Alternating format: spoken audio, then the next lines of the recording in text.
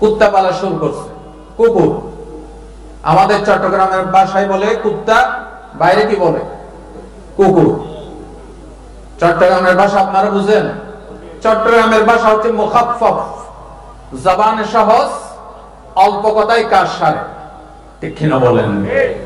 যেমন আপনারা বলেন আমার পাশে বসেন, আমরা চট্টগ্রামের ভাষা বলি ইন্দি বয়ু, আসলে শব্দটা হচ্ছে ইন্দি, আমার নিকটে। আরবিটা চট্টগ্রামের ভাষার ভিতর ঢুকছে, সুবহানাল্লাহ। আবার চট্টগ্রামের ভাষা অল্প কাজ সারে। কুকুর, এত লম্বা কথা বলার দরকার আছে কুত্তা। পাগল, এত লম্বা কথা বলার দরকার আছে ফ। ছাগল, এত লম্বা কথা বলার দরকার আছে স। ঠিক কিনা? এক এক দেশের ভাষা এক এক রকম সুন্দর। সব ডিস্ট্রিক্টের ভাষাগুলি কে দান করেছেন? আল্লাহ দান করেছেন। তো এই বেচারা ওয়াজ শুনে কুত্তা পালা শুরু করছে। সকালবেলা বন্ধু বাড়িতে গিয়ে দেখতেছে বেডরুমে কুত্তা, ড্রয়িং রুমে কুত্তা, কিচেন রুমে কুত্তা। ওরে বাপরে বাপ, ভাই তোমার বাড়িতে এত কুত্তা কেন? কো ভাই গতকাল এক হুজুর ওয়াজ করছিল, ওয়াজ শুনে কুত্তা পালা শুরু করছে। সর্বনাশ, ওয়াজ শুনে কি কেউ কুত্তা পালা নাকি? না ভাই শোনো না, হুজুরে বলছে যেই ঘরে কুকুর থাকবে সেই ঘরে রহমতের ফেরেশতা প্রবেশ করবে না। আমি কুত্তা রাখছি, ঘর থেকেও বাইর হয় না, বাড়ি থেকেও বাইর না। আমি আজরাইলও আসবে না, আমিও জিন্দেগিতে মরবো না। ওই বন্ধু ছিল খুব চালাক। বন্ধু বলতেছে, ও বাড়িওয়ালা বন্ধু, বুঝলাম তুমি বাড়ি থেকে বাইর হয় না, কুত্তা রাখছো। আচ্ছা বন্ধু বলো তো দেখি, কুত্তা চিরজীবন বাঁচে নাকি মরে? না ভাই কুত্তা তো মরে। কুত্তা মারে যে ফেরেশতা, তোর মারবো সেই ফেরেশতা, বাঁচবে কেমনে? কথা ঠিক কিনা বলেন? মৃত্যু থেকে বাঁচার কোন যন্ত্রপাতি পর্যন্ত আবিষ্কার হয়, ভবিষ্যতে হবে? হবে না, কেউ থাকবে না। হাই শুধুমাত্র একজন, তিনি কে? আল্লাহ। কোন নবীও মৃত্যুর আওতার বাহিরে নন। কথা ঠিক কিনা বলুন? আল্লাহ রাব্বুল আলামিন সূরাতুল জুমআহ 8 নম্বর আয়াতে বলেছেন, قل إن الموت الذي تفرون منه فإنه ملاقيكم। মরণ থেকে পালাও তুমি, মরণ তোমায় লইবে গিরি। যদিও সুদূর আকাশ পানে লোকাও সে তাই লাগিয়ে সিঁড়ি। এই মহারোগের চিকিৎসক নাই, নাই সেই ঔষধ জগতে। কুজিয়া কাতর হইলে কি হবে, পারিবে না তারে ফিরাতে। মৃত্যু থেকে বাঁচার কোন উপায়? হযরত ইদ্রিস আলাইহিস সালাম, তার কাছে জিবরাইল আলাইহিস সালাম এসেছিলেন একটা শুভ সংবাদ নিয়ে। ইদ্রিস আলাইহিস সালামের কাছে জিবরাইল আলাইহিস সালাম এসেছে 4 বার। জোরে বলেন কয়বার? আদম আলাইহিস সালামের কাছে এসেছেন 12 বার। নূহ আলাইহিস সালামের কাছে এসেছেন 50 বার। ইব্রাহিম আলাইহিস সালামের কাছে এসেছেন 42 বার। আপনার আমার নবী বিশ্ব নবীর কাছে হযরত জিবরাইল এসেছেন 24,000 বার। আরো জোরে বলেন আল্লাহু আকবার। ইদ্রিস আলাইহিস সালামের কাছে কয়বার আসছে? 4 বার। আজকে একবার। ইদ্রিস আলাইহিস সালামের কাছে এসে বলতেছেন, আল্লাহর নবী ইদ্রিস একটা শুভ সংবাদ নিয়ে আসছে। বলো কি? আজকে থেকে আপনি আল্লাহ শুভ সংবাদ দিয়েছেন, আজ থেকে যত নেক আমল করবেন, নেক আমল করবেন একটা, আল্লাহ সওয়াব দিবে ডাবল। সুবহানাল্লাহ বলতে ইচ্ছে করুন। নেক আমল করবে কয়টা? সওয়াব 2টা। ইদ্রিস আলাইহিস সালাম এই কথা শোনার পর ইদ্রিস আলাইহিস সালামকে লোভে পাইছে। কিসে পাইছে? লোভে মানে আমাদের মতো টাকা, সোনা, জহরত, বাড়িঘর, ধন সম্পত্তির লোভ না, নেকের লোভ, সওয়াব কামাইর লোভ। সুবহানাল্লাহ বলুন। ইদ্রিস আলাইহিস সালাম বললেন, ভাই জিবরাইল, আজ থেকে যত কাজ করব আল্লাহ রাব্বুল আলামিন ডাবল ডাবল সওয়াব দিবেন। তাহলে আমাকে আরেকটু হায়াত বাড়াইয়া দেওয়া উচিত। জিবরাইল আল্লাহর কাছে বলে, আমার জন্য কিছু হায়াত, আমার জন্য যে বাজেটটা আছে এর চাইতে আরো কিছু হায়াত যেন বাড়িয়ে দেয়। আল্লাহর কাছে দরখাস্ত করে আমার জন্য আরেকটু হায়াত বাড়িয়ে দাও। হযরত জিবরাইল আলাইহিস সালাম বললেন, ভাই ইদ্রিস, এটা আমার ডিপার্টমেন্টের কাজ নয়, আমি হচ্ছি স্বরাষ্ট্রমন্ত্রী, এই ডিপার্টমেন্ট হচ্ছে মালাকুল মউত, হযরত আজরাইল আলাইহিস সালামের ডিপার্টমেন্টের কাজ। এবার হযরত ইদ্রিস আলাইহিস সালাম বলছেন, ভাই জিবরিল, তাহলে আরেকটা উপকার করো, আমাকে হযরতে মালাকুল মউতের অফিসে নিয়ে যাও। বলে তার অফিস তো চতুর্থ আসমানে, তার হেডকোয়ার্টার। হযরত ইদ্রিস আলাইহিস সালাম বললেন, আমাকে সেখানে নিয়ে যান। ওদিকে আল্লাহ ডাক দিয়ে বলে, জিবরাইল, আমার ইদ্রিসের মনের আকাঙ্ক্ষা পূরণ করো, আমি তোমাকে অর্ডার দিয়ে দিলাম। জোরে বলেন সুবহানাল্লাহ। হযরত জিবরিল আমিনের 600 ডানা। আল্লাহু আকবার বলেন। কোরআন শরীফে আল্লাহ যাকে সম্মান দিয়ে কথা বলেছেন, আল্লাহ বলেছেন রূহুল আমিন, ওয়া ইন্নাহু লাতানজিলু রাব্বিল আলামিন, নাযালা বিহি রূহুল আমিন। আল্লাহ আরেক জায়গায় বলেছেন শাদীদুল কুওয়া, প্রচন্ড শক্তি আল্লাহ হযরত জিবরিলকে দান করেছেন। আসমান থেকে জমিনে এক ঝাপটায় হযরত জিবরিল জমিনে চলে আসে। জি, তো বলতেছে ইদ্রিস, অসুবিধা নেই, আমার পাকায় চড়ে বসেন, আপনাকে মুহূর্তের ভিতরে চতুর্থ আসমানে নিয়ে যাব। হযরত ইদ্রিস আলাইহিস সালাম জিবরিল আমিনের পাখায় চড়ে বসলেন, 1 সেকেন্ড লাগে নাই, এক ঝাপটায় চতুর্থ আসমানে চলে গিয়েছেন। জোরে বলেন আল্লাহু আকবার। হযরত জিবরিল আমিন মালাকুল মউতের হেডকোয়ার্টারে অফিসের বাইরে হযরত ইদ্রিস আলাইহিস সালামকে বলেছেন, আপনি এখানে ওয়েট করেন, অপেক্ষা করেন, আমি আগে ভিতরে গিয়ে আপনার প্রস্তাবটা রেখে আসি।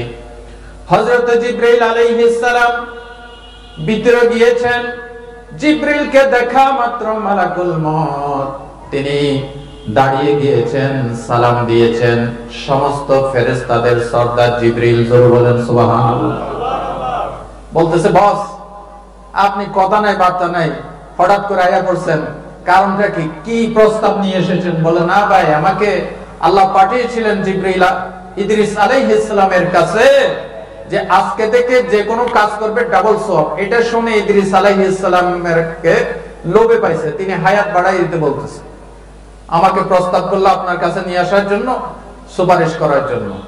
এটা শোনা মাত্র হযরত মালাকুল মউত আলহামদুলিল্লাহ বলে দাঁড়িয়ে গিয়েছে। আরো জোরে। মালাকুল মউত যখন দাঁড়িয়ে গিয়েছে, জিবরিল আমিন বলতেছে, কিরে ভাই, আপনি এই কথা শুনে হঠাৎ করে লাফ দিয়ে দাঁড়িয়ে গেলেন, ব্যাপারটা কি? হযরত মালাকুল মউত বলেন, ভাই জিবরিল, আল্লাহ রাব্বুল আলামিন প্রতিদিন 24 ঘন্টায় যত লোক মারা যাবে, আল্লাহ রাব্বুল আলামিন আমার কাছে রিপোর্টটা পাঠিয়ে দেন, কোন ব্যক্তি মারা যাবে, তার নাম কি, তার বাবার নাম কি, মৃত্যুর স্থান কোথায় হবে, কয়টার সময় মারা যাবে, সব লিখে আল্লাহ রাব্বুল আলামিন আমার কাছে পাঠিয়ে দেন। আজকের দিনে যারা মারা যাবে তাদের নামের ভিতর হযরতে ইদ্রিস আলাইহিস সালামের নামটা আল্লাহ বলে দিয়েছে। আরো জোরে বলেন সুবহানাল্লাহ। তবে ভাই জিবরিল, আমি একটু টেনশনে ছিলাম। আল্লাহ বলেছেন ইদ্রিসের জান কবজ করবে চতুর্থ আসমানে, কিন্তু মৃত্যুর সময় আর বেশি নাই। চিন্তায় পড়ে গিয়েছি, আল্লাহ যেখানে কবজ করতে বলেছেন সেখানে কবজ করতে হবে, তবে আমি তো জমিনে যাইতে পারবো না আল্লাহর অর্ডারের খেলাফ করে। চিন্তায় ছিলাম, টেনশনে ছিলাম। এখন বুঝতে পেরেছি, যার মৃত্যু যেখানে হবে আল্লাহ রাব্বুল আলামিন তাকে সেখানে উপস্থিত করে দিবে। উত্তর জানারকিল ঐক্য পরিষদের উদ্যোগে আয়োজিত আজকের এই শানদার ওয়াজ মাহফিলের পরম শ্রদ্ধাভাজন সভাপতি জানারকি ঐক্য পরিষদের সম্মানিত সুযোগ্য সভাপতি, এলাকার সুপরিচিত মুখ বন্ধুবর জনাব লিয়াকত আলী সাহেব, আজকের মাহফিলের বিশেষ আলোচক, বিশেষ মুফাসসির, আমার দীর্ঘদিনের সুপরিচিত বন্ধু, যার কথা আমি প্রায় সময় বলি,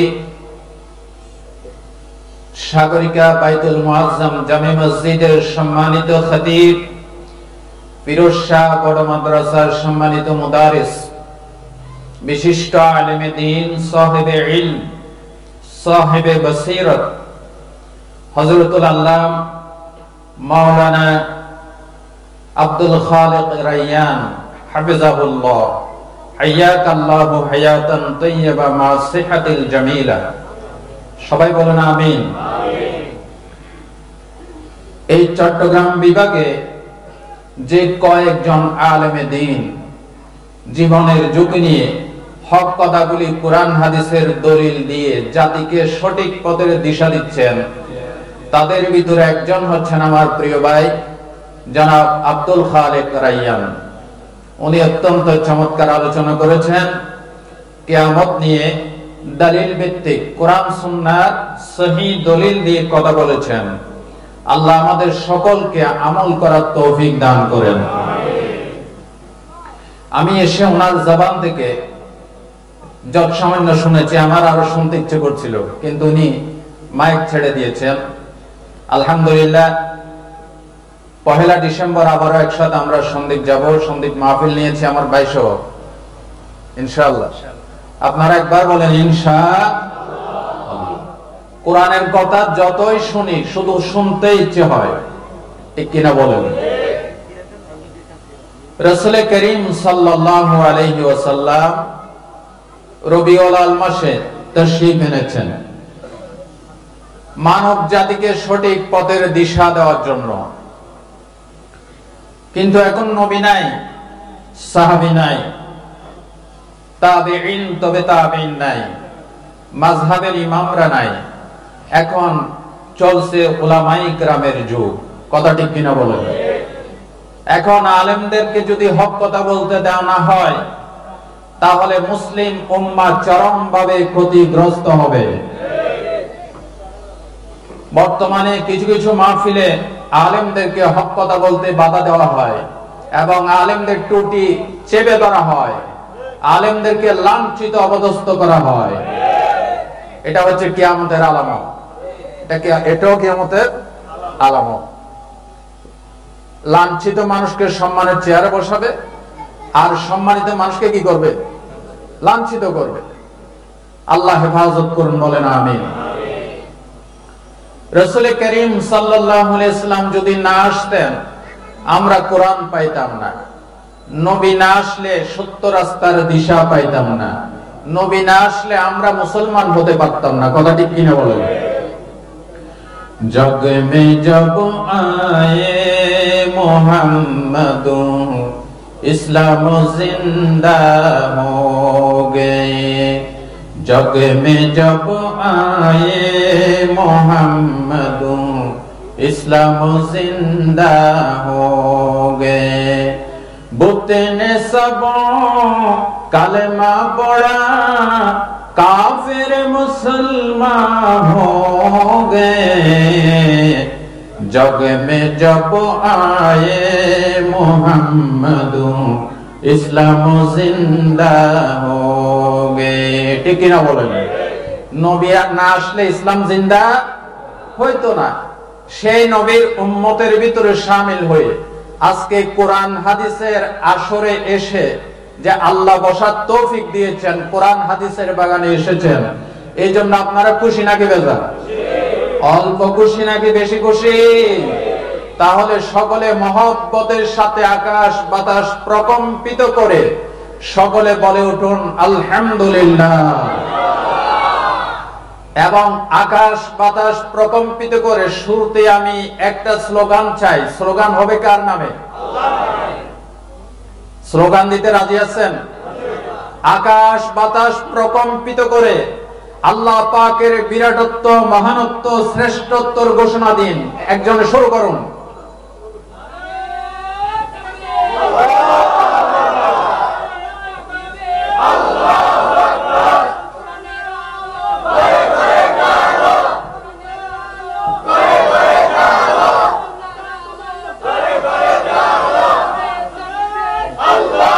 আলহামদুলিল্লাহ, সকলে বলেন আলহামদুলিল্লাহ। তাকবীর দিছি কার নামে? খুশি হয়েছে কে? আল্লাহ। আপনারা যতক্ষণ আলোচনা চলতে থাকবে আপনারা সকলে খামোশ থাকবেন, একবার আশেপাশে ডিস্টার্ব করবেন না, তাহলে কোরআন হাদিসের আলোচনাগুলি লাইনচ্যুত হয়ে যাবে। আপনারা মন কান লাগাইয়া কোরআনের কথা শুনবেন যতক্ষণ আমি বলতে থাকবো, কেউ ডিস্টার্ব করবেন না ইনশাআল্লাহ। আমার ভাই কিয়ামত সম্পর্কে বলেছেন, আমি আজকে সংক্ষিপ্ত আকারে বলতে চাই যে একজন মৃত ব্যক্তি মারা গেলে, কোন অবস্থায় মারা গেলে, কি লক্ষণগুলি দেখা গেলে সে ব্যক্তি জান্নাতি হিসেবে বিবেচিত হবে। মৃত ব্যক্তি জান্নাতি হওয়ার জন্য মৃত্যুর সময় লক্ষণগুলি কি কি, এই সম্পর্কে আমি আলোকপাত করতে চাই, আলোচনা করতে চাই। বিমাশিয়াতিল্লাহি তাআলা ও বিফদলিল্লাহি তাআলা ও বিইজনিল্লাহি তাআলা। আপনারা একবার বলুন ইনশাআল্লাহ। আগে সবাই একবার জোর সরে বলেন তো দেখি, এই পৃথিবীতে কেউ থাকতে পারবে? আরো জোরে বলেন, থাকতে পারবে? পৃথিবী থাকার জায়গা নয়, পৃথিবী স্থায়ী কোনো ঠিকানা নয়। স্থায়ী ঠিকানা হচ্ছে আখিরাত। আমাদের দাদা চলে গিয়েছেন, আমাদের বাবা চলে গিয়েছেন, তাদের বাবারা, তাদের দাদারা চলে গিয়েছে। এমনকি পৃথিবীর প্রথম নবী, প্রথম মানুষ, যার থেকে আদম আলাইহিস সালাম থেকে মানব জাতির সূত্রপাত, সে আদম আলাইহিস সালাম আছেন? নাই। এমনকি আমাদের নবীও নাই। নবীজির রিসালাত আছে, নবীজির নাম আছে, যেখানে আল্লাহর নাম সেখানে নবীর নাম, কিন্তু নবীজি কি এখন এখানে আছেন? নাই। কেউ থাকবে না, সকলকে চলে যেতে হবে।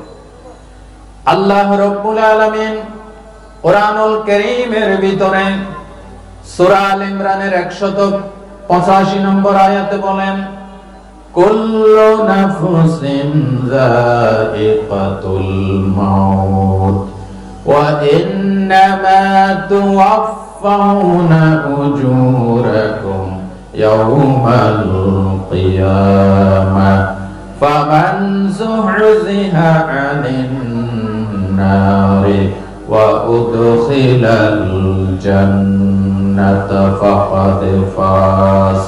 আল্লাহ তাআলা বলেছেন, কুল্লু নাফসিন যায়িকাতুল মাউত, every soul will have a taste of death.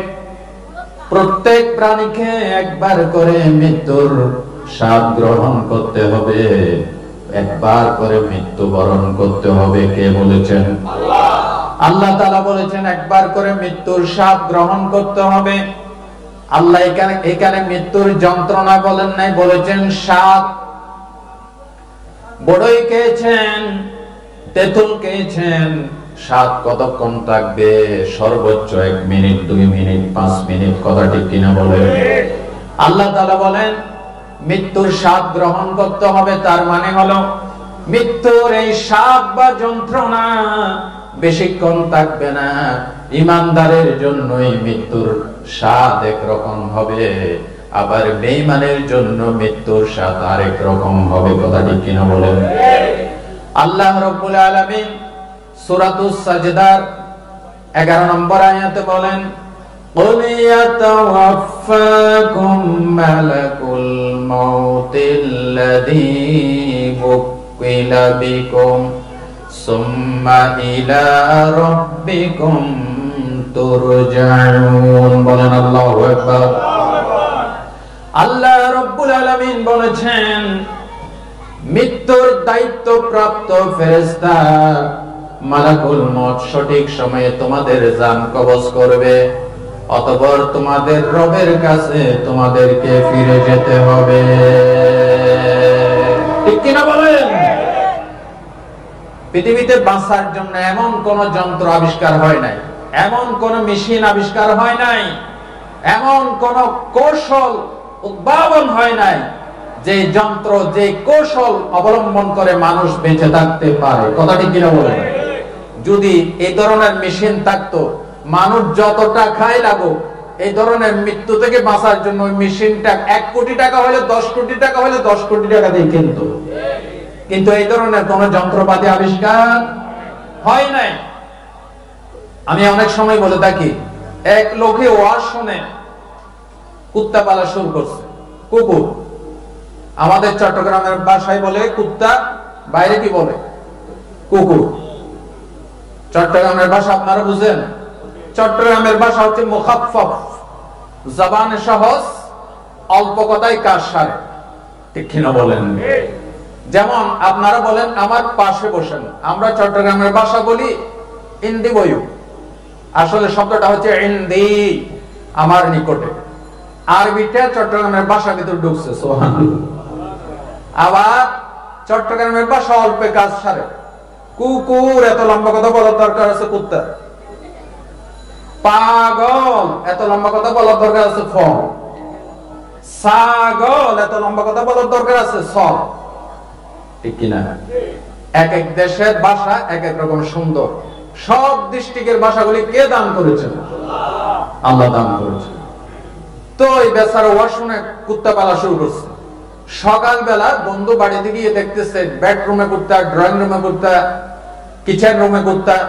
ওরে বাপরে বাপ, ভাই তোমার বাড়িতে এত কুত্তা কেন? ভাই গতকাল এক হুজুর ওয়াজ করছিল, ওয়াজ শুনে কুত্তা পালা শুরু করছে। সর্বনাশ, ওয়াজ শুনে কি কেউ কুত্তা পালা নাকি? না ভাই শোনো না, হুজুরে বলছে যেই ঘরে কুকুর থাকবে সেই ঘরে রহমতের ফেরেশতা প্রবেশ করবে না। আমি কুত্তা রাখছি, ঘর থেকেও বাইর হয় না, বাড়ি থেকেও বাইর না। আমি আজরাইলও আসবে না, আমিও জিন্দেগিতে মরবো না। ওই বন্ধু ছিল খুব চালাক।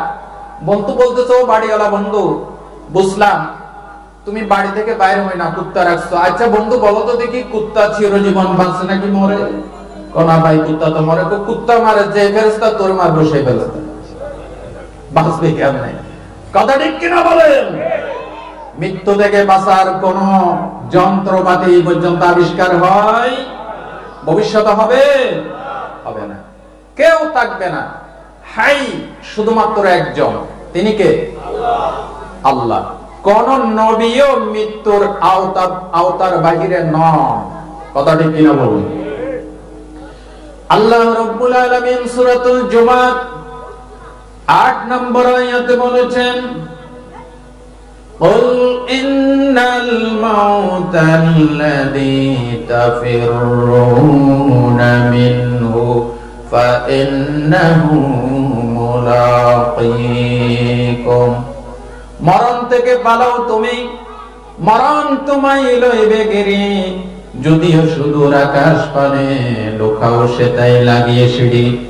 এই মহারোগের চিকিৎসক নাই, নাই সে ঔষধ জগতে। কুজিয়া কাতর হইলে কি হবে, পারিবে না তারে ফিরাতে। মৃত্যু থেকে বাঁচার কোন উপায়? হযরত ইদ্রিস আলাইহিস সালাম, তার কাছে জিবরাইল আলাইহিস সালাম এসেছিলেন একটা শুভ সংবাদ নিয়ে।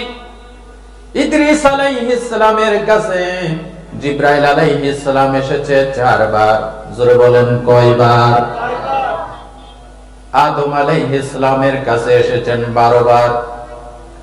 নূহ আলাইহিস সালামের কাছে এসেছেন 50 বার। ইব্রাহিম আলাইহিস সালামের কাছে এসেছেন 42 বার। আপনার আমার নবী বিশ্ব নবীর কাছে হযরত জিবরাইল এসেছেন 24,000 বার। আরো জোরে বলেন আল্লাহু আকবার। ইদ্রিস আলাইহিস সালামের কাছে কয়বার আসছে? 4 বার। আজকে একবার।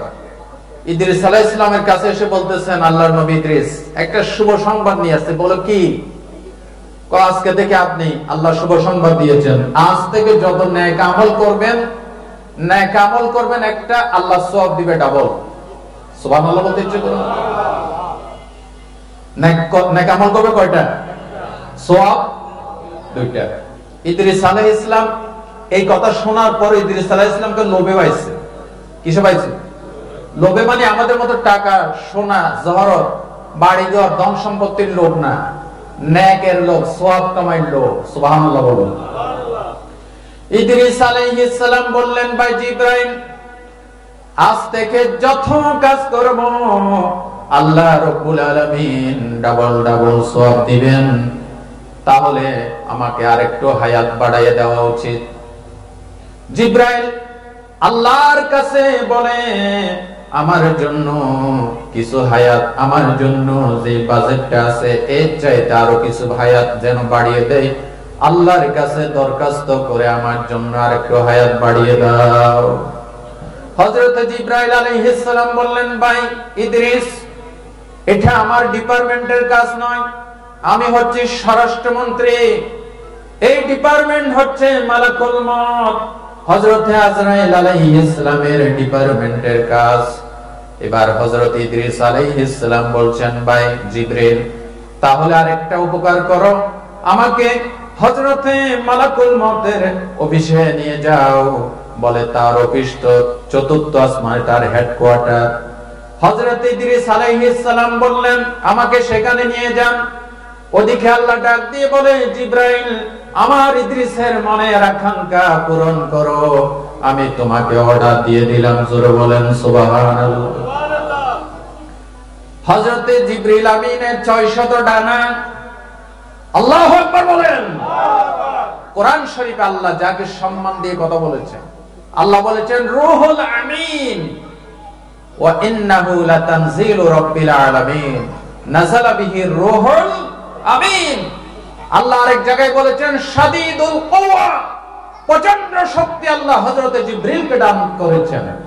আসমান থেকে জমিনে এক ঝাপটায় হযরত জিবরিল জমিনে চলে আসে। জি, তো বলতেছে ইদ্রিস, অসুবিধা নেই, আমার পাকায় চড়ে বসেন, আপনাকে মুহূর্তের ভিতরে চতুর্থ আসমানে নিয়ে যাব। হযরত ইদ্রিস আলাইহিস সালাম জিবরিল আমিনের পাখায় চড়ে বসলেন, এক সেকেন্ড লাগে নাই, এক ঝাপটায় চতুর্থ আসমানে চলে গিয়েছেন। জোরে বলেন আল্লাহু আকবার। হযরত জিবরিল আমিন মালাকুল মউতের হেডকোয়ার্টারে অফিসের বাইরে হযরত ইদ্রিস আলাইহিস সালামকে বলেছেন, আপনি এখানে ওয়েট করেন, অপেক্ষা করেন, আমি আগে ভিতরে গিয়ে আপনার প্রস্তাবটা রেখে আসি। হযরত জিবরিল আলাইহিস সালাম ভিতরে গিয়েছেন। জিবরিলকে দেখা মাত্র মালাকুল মউত তিনি দাঁড়িয়ে গিয়েছেন, সালাম দিয়েছেন। সমস্ত ফেরেশতাদের সর্দার জিবরিল। জোরে বলেন সুবহানাল্লাহ।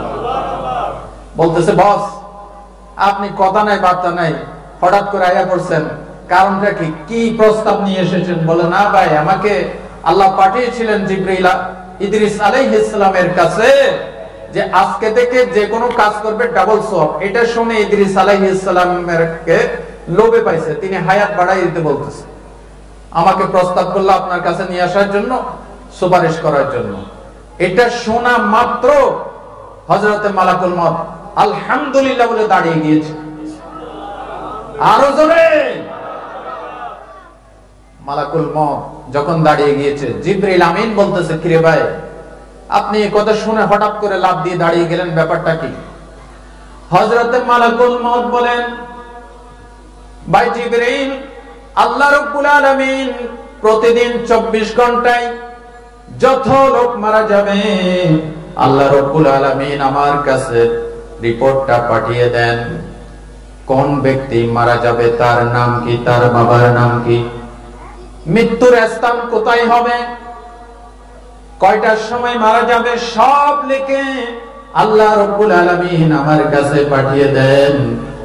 আজকে দিনে যারা মারা যাবে তাদের নামের ভিতর হযরত ইদ্রিস আলাইহিস সালামের নামটা আল্লাহ বলে দিয়েছে। আরো জোরে বলেন সুবহানাল্লাহ। তবে ভাই জিবরিল, আমি একটু টেনশনে ছিলাম। আল্লাহ বলেছেন ইদ্রিসের জান কবজ করবে চতুর্থ আসমানে, কিন্তু মৃত্যুর সময় আর বেশি নাই। চিন্তায় পড়ে গিয়েছি, আল্লাহ যেখানে কবজ করতে বলেছেন সেখানে কবজ করতে হবে, তবে আমি তো জমিনে যাইতে পারবো না আল্লাহর অর্ডারের খেলাফ করে। চিন্তায় ছিলাম, টেনশনে ছিলাম। এখন বুঝতে পেরেছি যার মৃত্যু যেখানে হবে আল্লাহ রাব্বুল আলামিন তাকে সেখানে উপস্থিত করে দিবে। বিশ্বনবী তিরমিজির হাদিসে বলেছেন, ইজা কাদাল্লাহু লিআবদিন আইয়ামুতা ইলা আরদিন জা'আলা লাহু ইলাইহা হাজাতান আও কামা ক্বালা আলাইহিস সালাতু ওয়াস সালাম। নবীজি বলছেন, আল্লাহ যখন কোন বান্দাকে কোন স্থানে মৃত্যু লিখে রাখেন, ওই স্থানে মৃত্যুর আগে মৃত্যুর ঠিকানায় পৌঁছার জন্য বান্দার ভিতরে আল্লাহ তাআলা অস্থিরতা সৃষ্টি করে দেন, তার প্রয়োজন সৃষ্টি করে দেন ওই জায়গায় পৌঁছার জন্য। জোরে বলেন সুবহানাল্লাহ। ঠিক টাইম মতো ইদ্রিস আলাইহিস সালামের জান কবজ হয়েছে চতুর্থ আসমানে। আল্লাহু আকবার বলেন। এই ঘটনা আল বিদায়া ওয়ান নিহায়ার ভিতরে আল্লামা ইবনে কাসির রাহমাতুল্লাহ আলাইহি নিয়ে এসেছেন। এই ঘটনা কয়েকভাবে ব্যক্ত হয়েছে, তো সব ঘটনাগুলি সহিহ সনদে বর্ণিত হয়েছে। তা আমি কি বলছিলাম, তাহলে মৃত্যুর আওতাভুক্ত পৃথিবীতে কেউ নাই, মরতেই হবে। একজন হাত তুলুন যে হুজুর আমি মরবো না, এরকম কেউ আছেন এখানে? মঞ্চে কেউ আছেন? হ্যাঁ, আচ্ছা।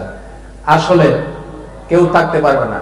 টুডে অর টুমরো, ইচ্ছাই হোক অনিচ্ছাই হোক, বাই হুক এন্ড ক্রুক মরতেই হবে। থাকবেন কে? আল্লাহ। আরো জোরে আল্লাহ। যিনি অনাদি, যিনি অনন্ত, যিনি অসীম, যিনি সীমাহীন, যিনি অব্যয়, যিনি অক্ষয়, যিনি ছিলেন, যিনি আছেন, যিনি থাকবেন, যার শুরু নাই, যার শেষ নাই, তিনি থাকবেন, তিনি ছাড়া সকলকে মরতে। একদিন মাটির ভিতরে হবে গরে মন আমার, কেন বান্ধো দালান ঘর রে মন আমার, কেন বান্ধো দালান ঘর। প্রাণ পাখি উড়ে যাবে পিঞ্জর ছেড়ে, দরদাম সবই রবে তুমি যাবে চলে। ঠিক কিনা বলেন? প্রাণ পাখি উড়ে যাবে পিঞ্জর ছেড়ে, দরদাম সবই রবে তুমি যাবে চলে। বন্ধু বান্ধব যত, মাতা পিতা দ্বারা শত, সবই হবে তোমার পরে মন আমার, কেন বান্ধো দালান ঘর রে মন আমার, কেন বান্ধো দালান ঘর। একদিন মাটির ভিতরে হবে ঘর রে মন আমার, কেন বান্ধো দালান ঘর। ভাই ও বন্ধুগণ, মরতেই হবে। এখন আমি বলবো মৃত্যুর সময় কোন লক্ষণগুলি প্রকাশ হলে পরে আপনি জান্নাতি হিসেবে বিবেচিত হবেন, আপনি জান্নাতি বলে পরিচয় পাওয়া যাবে। বিশ্বনবী মুস্তাদরিকে হাকিম এবং আবু দাউদের বর্ণনায় সহিহ সনদে হাদিস নিয়ে এসেছেন। হযরত মুআয ইবনে জাবাল থেকে বর্ণিত, ক্বালা রাসূলুল্লাহি সাল্লাল্লাহু আলাইহি ওয়াসাল্লাম, মান কানা আখিরু কালামিহি লা ইলাহা ইল্লাল্লাহ দাখালাল জান্নাহ। আল্লাহু আকবার বলেন। হযরত মুআয ইবনে জাবাল থেকে বর্ণিত, বিশ্বনবী বলেছেন, যার শেষ কথা হবে লা ইলাহা ইল্লাল্লাহ, সেই ব্যক্তি জান্নাতে প্রবেশ করবে। আরো জোরে বলেন সুবহানাল্লাহ। শেষ কথা হবে কি? লা ইলাহা ইল্লাল্লাহ। নবীজি সাফ বলে দিয়েছেন, দাখালাল জান্নাহ, সে ব্যক্তি জান্নাতে প্রবেশ করবে। একই হাদিস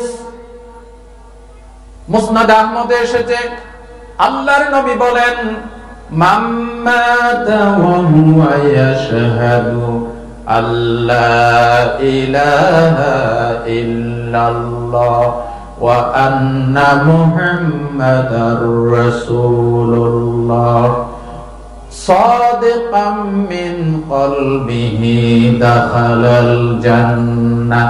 এখানে একটা অতিরিক্ত কথা বলছেন নবী, সাদিকাম মিন কলবিহি, অন্তর থেকে ইখলাসের সাথে, মুখে বলতেছে তা না, অন্তরে জানা আছে। আমি যে লা ইলাহা ইল্লাল্লাহ বলতেছি, আমার অন্তরে জানা আছে আল্লাহ ছাড়া কোনো মাবুদ নাই, আল্লাহ ছাড়া কোনো ইলাহ, আল্লাহ ছাড়া কোনো আইনদাতা, কোনো বিধানদাতা, হায়াত ও মওতের মালিক নাই।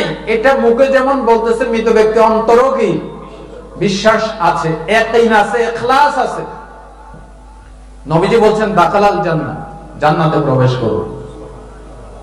সুবহানাল্লাহ বলতে ইচ্ছে করুন। ভাই বন্ধুগণ, কালমা শুধু মুখে পড়লে হবে না, আপনার হাত পা, আপনার দেখা, আপনার শোনা, আপনার কলবের চিন্তা, আপনার পোশাক আশাক, আপনার ব্যবসা বাণিজ্য, আপনার বিয়ে শাদী, আপনার লেনদেন, আপনার সমাজ, আপনার বিচার ফয়সালা, আপনার রাষ্ট্র, সবকিছু ইসলামের অধীনে আসতে হবে। আর না হয় কালেমা পড়ে কোনো লাভ। কবি সুন্দর করে বলেছেন, কেরাত নে গের কেহ ভি দিয়া লা ইলাহা ইল্লাল্লাহ তো ক্যা হাসিল, দিলো নিগা মুসলমান হি তো কুছ ভি নেহি। মুখে আসলো স্বতঃস্ফূর্ত বলে দিলাম লা ইলাহা ইল্লাল্লাহ, তো ক্যা হাসিল, কি হয়েছে? কিছুই হয় না। দিলো নিগা মুসলমান হি তো কুছ ভি নেহি, যতক্ষণ না আমার মন মস্তিষ্ক বাস্তবে লা ইলাহা ইল্লাল্লাহ গ্রহণ না করছে, ততক্ষণ মুমিন হওয়া যাবে না। এরকম কালমা তো অনেক হিন্দু জানে, জানে না লিয়াকত ভাই? অনেক হিন্দু জানে। একবার পাঞ্জাবি এক মিলিটারি এক যখন পিটাইছে, ওই যে দেশ স্বাধীনের সময়, এক পাঞ্জাবি মিলিটারি এসে বলতেছে, তুমি হিন্দা হো না মুসলমান হো, বাতাও তুম কোন হো? তো বাঙালি ডরভাই বলতেছে, স্যার মাই মুসলমান হে। তো ঠিক আছে, ঠিক হ্যাঁ, আগে তুম মুসলমান হে তো কালমা বাতাও জোরছে। তুমি যদি মুসলমান হয়ে থাকো তো কালমাটা একটু শোনাও তো। তো বাঙালি ডরভাই বলতেছে, লা ইলাহা ইল্লা আনতা সুবহানাকা ইন্নী কুনতু মিনাজ জালিমিন। पंजाबी बोलते से ये बंगाली ना जंगली है। मैं तुमको कलमा बता नहीं कहता हूं, अरे बंगाली ये तो कलमा नहीं, ये तो मुसीबत की दुआ है। আমি তোমাকে কালমা বলার কথা কই, তুমি যে ওই দোয়া পড়তেছো, যে দোয়া লোকেরা বিপদে পড়লে পড়ে, কো স্যার আমি এমনি নামে মুসলমান, কালমা শিখি নাই। আপনি যখন আমাকে কালমা করার কথা কইছেন, এরকম বিপদ আমি জীবনে পড়ি নাই, এই জন্য এটাও একটা বিপদ, এই জন্য আমরা ভাই দোয়া ইউজ করছি। এই হচ্ছে আমাদের অবস্থা। আপনারা এবার জোরে সোরে বলেন তো, কালমা জানার নাম মুসলমান নাকি মানার নাম মুসলমান? আরো জোরে বলেন। কালেমা মানার নাম মুসলমান, কালেমা মুখস্থ পড়ার নাম মুখস্থ না। এটা কবিতার ছড়া নয়, মুখে বলে দিলেন। যতক্ষণ না আপনার কলম, আপনার চলা বলা, আপনার ফুল লাইফ স্টাইল মুহাম্মদুর রাসূলুল্লাহর আনিত জীবন আদর্শের আওতাভুক্ত না হবে, সেই কালিমা পড়ে কোনো দাম নাই। আল্লাহ আমাদেরকে বোঝার তৌফিক দেন। আমিন। যা শেষ কথা হবে লা ইলাহা ইল্লাল্লাহ, সে কোথায় যাবে? জান্নাতে যাবে। এখন আমি বলবো, কালিমার সাথে যদি শিরিক মিশ্রিত না হয়, তাহলে আপনি জান্নাতে ঢুকতে পারবেন। যদি কালিমা পড়ার পর একটু একটু শিরিক যদি আপনার ভিতরে আসে, জান্নাতে যাবে নাকি জাহান্নামে? সবাইকে কথা বলতে হবে। আরো জোরে বলেন, কোথায়? জাহান্নামে।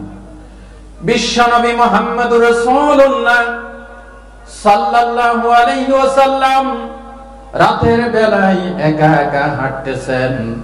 চাঁদনি রাতের ভিতরে হযরত আবু যর রাদিয়াল্লাহু তাআলা আনহু বলেন, আমি নবীজিকে হঠাৎ করে লক্ষ্য করলাম, বিশ্বনবী একা একা হাঁটেন। নবীজিকে ডিস্টার্ব করা সমীচীন মনে করলাম না। আমিও নবীর পিছে পিছে হাঁটতেছি চুপে চুপে। হঠাৎ করে বিশ্বনবী মাথা ফিরাইয়া যখন আমাকে দেখলেন, বললেন, তুমি কে? আমি বললাম, ইয়া রাসূলুল্লাহ, আমি আবু যর। আল্লাহর নবী বললেন, আবু যর চলো। নবীজির সাথে হাঁটা শুরু করলাম। যাইতে যাইতে বিশাল এক খোলা ময়দানে বিশ্বনবী আমাকে বসায়া বললেন, আবু যর এখানে অপেক্ষা করো, আমি আসতেছি। কথা বলে বিশ্ব নবী অনেক দূর চলে গেলেন, পাহাড়িয়া টিলার আড়ারে চলে গিয়েছেন, নবীজিকে আর দেখা যায় না। অনেকক্ষণ পর বিশ্ব নবী আসতেছেন, যখন কাছাকাছি আসলেন নবীজি এই কথা বলতে বলতে আসতেছেন, যদিও জেনা করে, যদিও চুরি করে, যদিও জেনা করে, যদিও চুরি করে। যখন কাছে আসলেন আবু যর বললেন, ইয়া রাসূলুল্লাহ, আমার মা বাবার জীবন, আমার জীবন আপনার কদম মোবারক উৎসর্গ হয়ে যাক। আপনি কার সাথে কথা বলতেছেন? কেউ তো আপনার জবাব দেয় না। হযরতে রাসূল বললেন, আবু যর, একটু আগে আমার কাছে জিবরাইল আসছিলেন। জোরে বলেন সুবহানাল্লাহ। তিরমিজির হাদিসে আসেন, বিশ্বনবী বলেছেন, আতানি জিবরিলু আলাইহিস সালাম ফাবাশশারানি ফাআখবারানি মাম্মা লা ইউশরিকু বিল্লাহ দাখালাল জান্নাহ। জোরে বলেন আল্লাহু আকবার। আল্লাহর নবী বলেন, একটু আগে জিবরাইল আসছিল, আমাকে বলল, ইয়া রাসূলুল্লাহ, আপনার উম্মতের ভিতরে কোন উম্মত যদি মারা যায় এমন অবস্থায় আল্লাহর সাথে শিরিক করে নাই, আল্লাহ গ্যারান্টি দিয়েছেন আপনার সেই উম্মত জান্নাতে প্রবেশ করবে। বলতো ইন জানা ওয়া ইন সারাকা, নবীজি বললেন, ভাই জিবরাইল, যদি সে জেনা করে, যদি সে চুরি করে। ক্বালা ওয়া ইন জানা ওয়া ইন সারাকা, জিবরিল বললেন, যদিও জেনা করে, যদিও চুরি করে, চুরির শাস্তি পাওয়ার পর, জেনার শাস্তি পাওয়ার পর, যদি তার ঈমানের সাথে, কালিমার সাথে যদি শিরিক না থাকে, আল্লাহ রাব্বুল আলামিন তাকে জাহান্নাম থেকে বের করে জান্নাতে ঢুকাইয়া দিবে। আল্লাহু আকবার। তাহলে আপনার কালিমার সাথে শিরিক থাকতে পারবে না। কথা ঠিক কিনা বলেন? এক শ্রেণী কয় সব নাকি বাবাই দেয়। বাবাই দিতে পারে? বাবারে খাওয়ায় কে? খাজা সাহেবকে খাওয়াইছেন কে? বড়বীর সাহেবকে? নবীদেরকে? বাবা কেমনে দেয়? বাবার কাছে যে সন্তান আছে এগুলি দিছে কে? সব বাবাই দেয়? পীর সাহেবে দেয়? মাওলানা সাহেবে দেয় নাকি আল্লাহ দেয়? এক আঙ্গুল আকাশের দিকে তুলে বলেন, কে দেয়? আরো জোরে বলেন, কে দেয়? আল্লাহ ছাড়া কেউ সন্তান দিতে পারে, আল্লাহ ছাড়া কেউ গায়েব থেকে সাহায্য করতে পারে, এই ধারণা রাখা শিরকে আযীম এবং শিরকে আযীম। ঠিক কিনা বলো? আমরা কেউ আল্লাহর সাথে শিরিক করব না। সব দেওয়ার মালিক কে? আবু যর বললেন, ইয়া রাসূলুল্লাহ, আমি বুঝতে পেরেছি। তাহলে যে ব্যক্তি কালিমার সাথে শিরিক করবে না, চলায় বলায় বিশ্বাসের ধারণায়, সে ব্যক্তি কোথায় যাবে? আমল একটু কম করছে আর কি, আমল একটু কম, কিন্তু ঈমানের সাথে কি নাই? শিরিক নাই। যাবে কোথায়? কে বলেছেন? মুহাম্মাদুর রাসূলুল্লাহ সাল্লাল্লাহু আলাইহি ওয়াসাল্লাম। অন্য হাদিস আছে, মুসলিমের হাদিসে, মা ইয়াজিনু শাঈরাতান, মা ইয়াজিনু বুররাতান, মা ইয়াজিনু যাররাতান। বহু বছর জাহান্নামের শাস্তি পেয়েছে। আল্লাহ ডাক দিবে, এই ফেরেশতারা বের করো, যার কলবে ঈমান আছে, ঈমানের সাথে শিরিক নাই, গম পরিমাণ ভালো কাজ ঈমান আছে, জান্নাতে, জাহান্নাম থেকে বের করে জান্নাতে ঢোকাও। এরপর আল্লাহ ডাক দিবেন, মা ইয়াজিনু বুররাতান, গমের পরিমাণ ঈমান আছে, ঈমানের সাথে কি নাই? শিরিক নাই, জান্নাতে প্রবেশ করাও। মা ইয়াজিনু যাররাতান, এরপর আল্লাহ বলবেন, ও ফেরেশতারা, ঈমান আনছিল, ঈমানের সাথে শিরিক করে নাই, বাবাই বিশ্বাসী ছিল না, আল্লাহতে বিশ্বাসী ছিল, জাহান্নাম থেকে বের করো। কোথায় দাও? জান্নাতে। জোরে বলেন সুবহানাল্লাহ। তাহলে মৃত্যুর সময় যদি কালেমাটা নসিব করতে চান, শিরিক ছাড়তে হবে। কি ছাড়তে হবে? শিরিক ছাড়তে হবে। দ্বিতীয় নাম্বার, যদি মৃত্যুর সময় কালিমাটা নসিব করাইতে চান, তাহলে আল্লাহর কোরআন থেকে ফর্মুলা নেন, ঈমানের উপরে ঈমান আনার পর থেকে মৃত্যুর শেষ দিন পর্যন্ত ঈমানের উপরে অটল থাকতে হবে, আর না হয় কালেমা নসিব হবে না। আল্লাহ রাব্বুল আলামিন কোরআন শরীফের ভিতরে সূরা আহকাফের ভিতরে বলেছেন, ইন্নাল الذين قالوا ربنا الله ثم استقاموا فلا خوف عليهم ولا هم يحزنون আল্লাহ পাক বলেন যারা বলেছেন আমাদের রব আল্লাহ সুম্মা ইসতাকামু অতঃপর পুরো জীবন এই আল্লাহর ঈমানের উপরে ইস্তেকামত ছিল, দৃঢ় ছিল, আল্লাহ রাব্বুল আলামিন বলেছেন তাদের কোনো ভয় নাই, তাদের কোনো চিন্তাও নাই। সুবহানাল্লাহ। ঈমান আনা বড় কথা নয়, ঈমানের উপর টিকে থাকা সবচেয়ে বড় কথা। ভাই ও বন্ধুগণ, ফেরাউনের স্ত্রী হযরত আসিয়া রাদিয়াল্লাহু তাআলা আনহা ফেরাউনের দরবারে যখন জাদুকররা যাদেরকে এনেছিল ফেরাউন মুসা আলাইহিস সালামকে কাবু করার জন্য, মুসা আলাইহিস সালাম হাতের লাঠি ছেড়ে দিয়েছিলেন। এই লাঠি অজগর হইয়া জাদুকরদের সব সিংহ বাঘ বলল, জাদুকরদের সেট করার সবকিছু কে ফেললো। তখন জাদুকররা সিজদায় পড়েছিল, কথা ঠিক কিনা বলেন? ওই ঘটনা আমি বহু মাহফিলে বলেছি, এই জন্য লম্বা বলছি না। আল্লাহ রাব্বুল আলামিন সূরাতুল আরাফের ভিতরে বলেছেন ওয়া উলকিয়াস সাহারাতু সাজিদিন ক্বালু আমান্না বিরাব্বিল আলামিন রব্বি মূসা ওয়া হারুন। জাদুকররা সবাই মূসা আলাইহিস সালামের জাদু, মূসা আলাইহিস সালামের মুজিজা দেখে সবাই সিজদায় লুটে পড়লো, বলেন আল্লাহু আকবার। তারা ঘোষণা দিল আমরা মহান জগতের ওই বিশাল আসমানের রবের প্রতি ঈমান আনলাম এবং মূসা এবং হারুনের রবের প্রতি ঈমান আনলাম। এবার ফেরাউন রাগে ক্ষোভে গুসায় লাল হয়ে গেল। ফেরাউন বলতেছে জাদুকররা আমার বাড়িতে দুপুর বেলায় জন্মের মতো খেয়ে আমার বিরুদ্ধে সিজদা দিলি, তোদেরকে আমি শাস্তি দেব, কঠিন শাস্তি।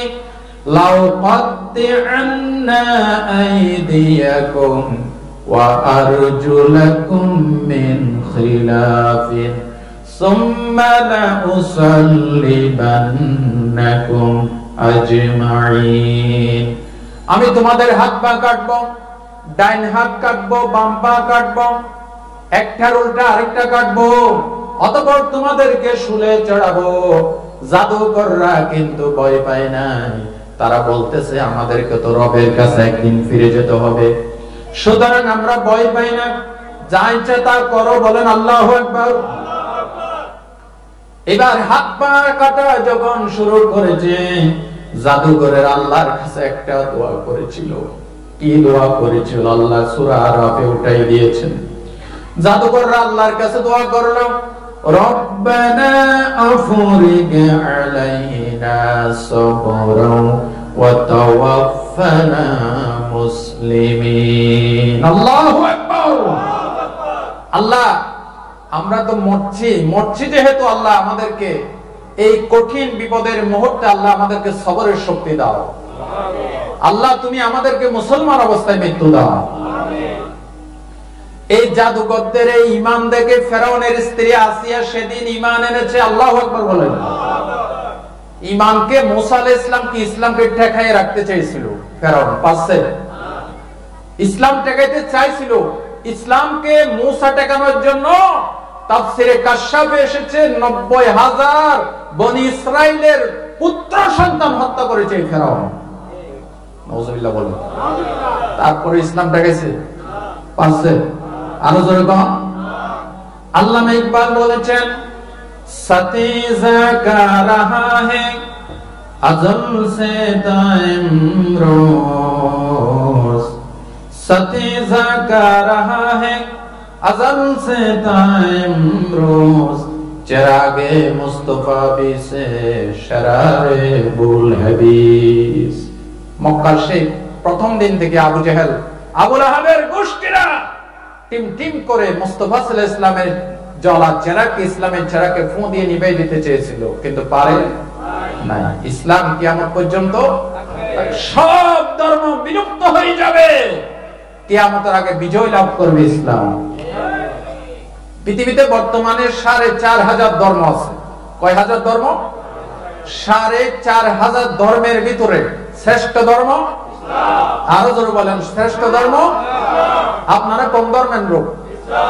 এখানে কেউ হিন্দু আছেন? নাই। তাহলে বলেন তো শ্রেষ্ঠ ধর্ম? শ্রেষ্ঠ ধর্ম ইন্নাদ-দীনা ইনদাল্লাহিল ইসলাম। ভাই বন্ধুগণ, ফেরাউনের ঘরে যখন আসিয়া তার নিজের স্ত্রী ঈমান আনছে, গোপনে ঈমান আনছে, জানে না, একদিন প্রকাশ হয়ে গেল। এবার ফেরাউন বলতেছে, তোর এত বড় সাহস, আমার স্ত্রী হয়ে আমার ঘরে থাকোস, আমার কাজ, আমার পরশ, আমার অজান্তে আমার শত্রু মুসার পরিমাণ আছে। তোকে 3 দিনের সময় দিলাম, 3 দিনের ভিতরে মুসা আলাইহিস সালামের উপর থেকে ঈমান পরিত্যাগ কর। একটা কথা মনে রাখবেন, যাদের কলবে ঈমান ঢুকে গেছে তাদের জীবন গেল, গোটা পৃথিবী ছাড়তে পারবে, ঈমান ছাড়তে পারবে না। ঠিক কি না? এবার হযরত আসিয়া বলেন, ফেরাউন 3 দিন নয়, 3 সেকেন্ডের সময় আমি তোমার থেকে চাই না। এবার ফেরাউন বলতেছে, আসিয়া রে ধরে নিয়ে আয়। আসিয়ার হাত বান, পা বান। হাত পা বাঁধা হলো। কোন কোন তাফসীরে আছে তক্তার উপরে পেরেক মেরে তক্তাকে এভাবে ঠিক করে শোয়াইয়া সেখানে খালি গায়ে হযরত আসিয়াকে শোয়াইয়া দিল। জোরে বলেন নাউজুবিল্লাহ। আবার কোন কোন তাফসীরে এসেছে গরম তেল বড় ডেকের ভিতরে গরম করে, টকবক করে তেলগুলি ফুটতেছে, তেলগুলি জ্বলতেছে, এই অবস্থায় হযরত আসিয়াকে টেনে টেনে নিয়ে আসতেছে।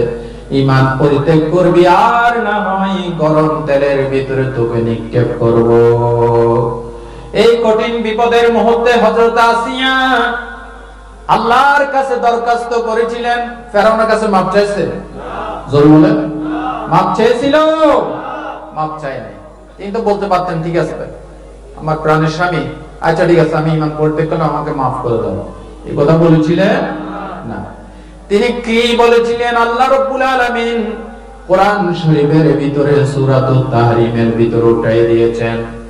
হযরত আসিয়া এই কঠিন বিপদের মুহূর্তে বলেছেন, ইয ক্বালাত রাব্বি বিনিলি ইনদাকা বাইতান ফিল জান্নাহ ওয়া নাজ্জিনি মিন ফিরআউনা ওয়া আমালিহি ওয়া নাজ্জিনি মিনাল কওমিজ যালিমিন। আল্লাহু আকবার।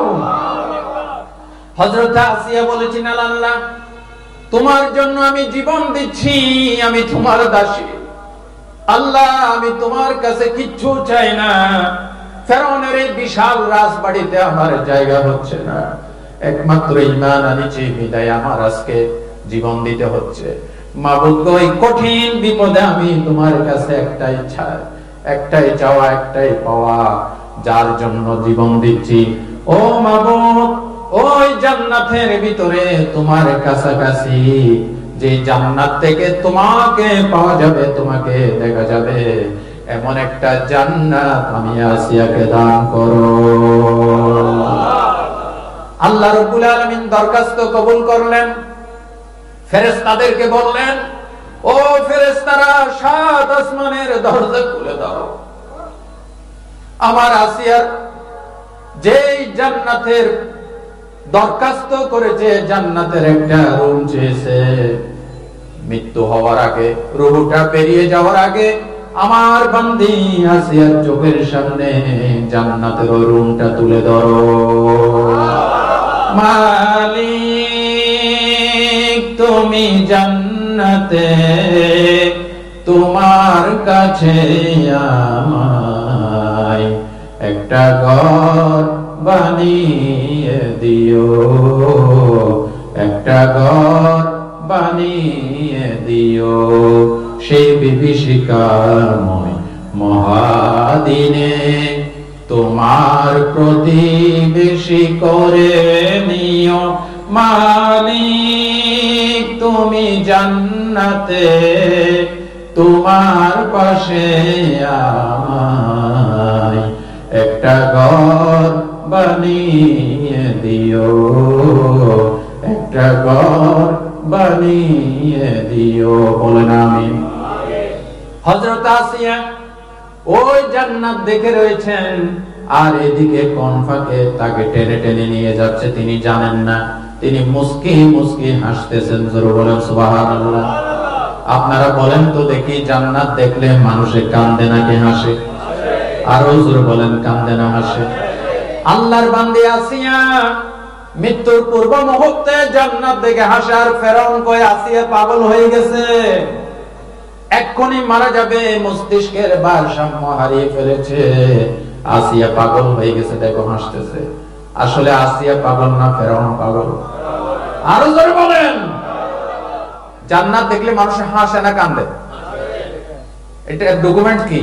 ছোট্টবেলায় ছোট্ট শিশু দেখবেন ঘুমাইলে একবার কান্দে একবার হাসে। আপনারা দেখছেন তো? আমাদের ছোটবেলা আমার দাদি নানিরা কইতো, ডুম রাজার মা হাসায়, ডুম রাজার মা কান্দায়। ডুম রাজার মা হাসায়, ডুম রাজার মা কান্দায়।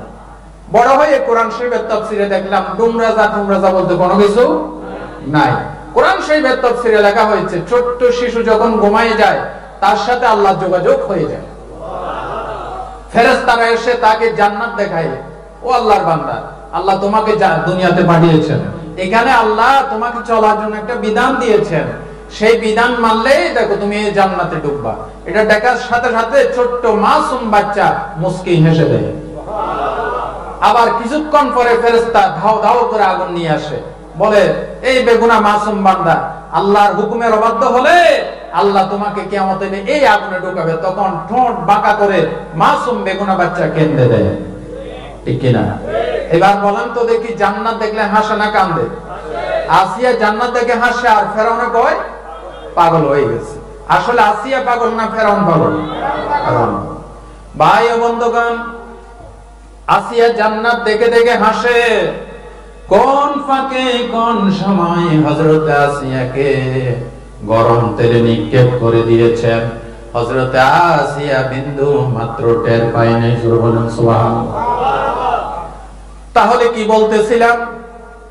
মৃত্যুর সময় কালেমা যদি নসিব হতে হয়, তাহলে ঈমানের উপরে শেষ দিন পর্যন্ত যে কোনো মূল্যে ঈমানের উপরে টিকে থাকতে হবে। ঠিক কিনা বলেন? আরেকটি প্রসেস আছে। মৃত্যুর সময় কালেমা নসিব হতে হলে বেশি বেশি নবীজির সুন্নতের আমল করবেন। কথা বুঝেন না? এই জন্য সুবহানাল্লাহ বলতে পারবেন না। নবীজির কিছু সুন্নাহ আছে কিনা? এই যে টুপি দিচ্ছে, এটা কার সুন্নাহ? দাড়ি, লম্বা জুব্বা, আংটি পরা, অবশ্য সোনার আংটি না, স্বর্ণের আংটি পরা পুরুষের জন্য কি হারাম। আমার বিয়ের সময় আমাকে আংটি দিছিল এরকম প্যাকেটিং করে, প্যাকেটটাকে খুলতেছে, তখন আমি বলতাম ভাই প্যাকেটটাকে খুলবেন না, আপনি প্যাকেট সহ দেন, আমি এটা টাচ করতে চাই না, প্যাকেট সহ দেন। আমি গ্রহণ করলাম হাদিয়া। লস দিলে লাভ আছে না ভাই? লস দিলে লাভ আছে? আরে ভাই, ইসলাম তো নিতে মানা করে নাই। আপনাকে স্বর্ণ গিফট করছে, আপনি নিবেন, আপনার বাসরাতে আপনার স্ত্রীকে উপহার দেন। এই দেখছেন যুবকরা এখন খুশি হয়ে গেছে।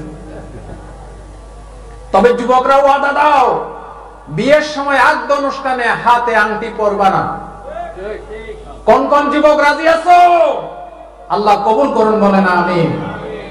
আংটি নিয়ে ফেলবা, নিয়ে পকেটে ধুয়ে দিবা, বলবে ভাই আমি গ্রহণ করছি আলহামদুলিল্লাহ, তবে আমি শরীরের সাথে টাচ করব না। নবীজি বলেছেন জাহান্নামের আংটি, স্বর্ণের আংটি পরো নাই, স্বর্ণের শিকল পরো নাই, জাহান্নামের শিকল পরেছো।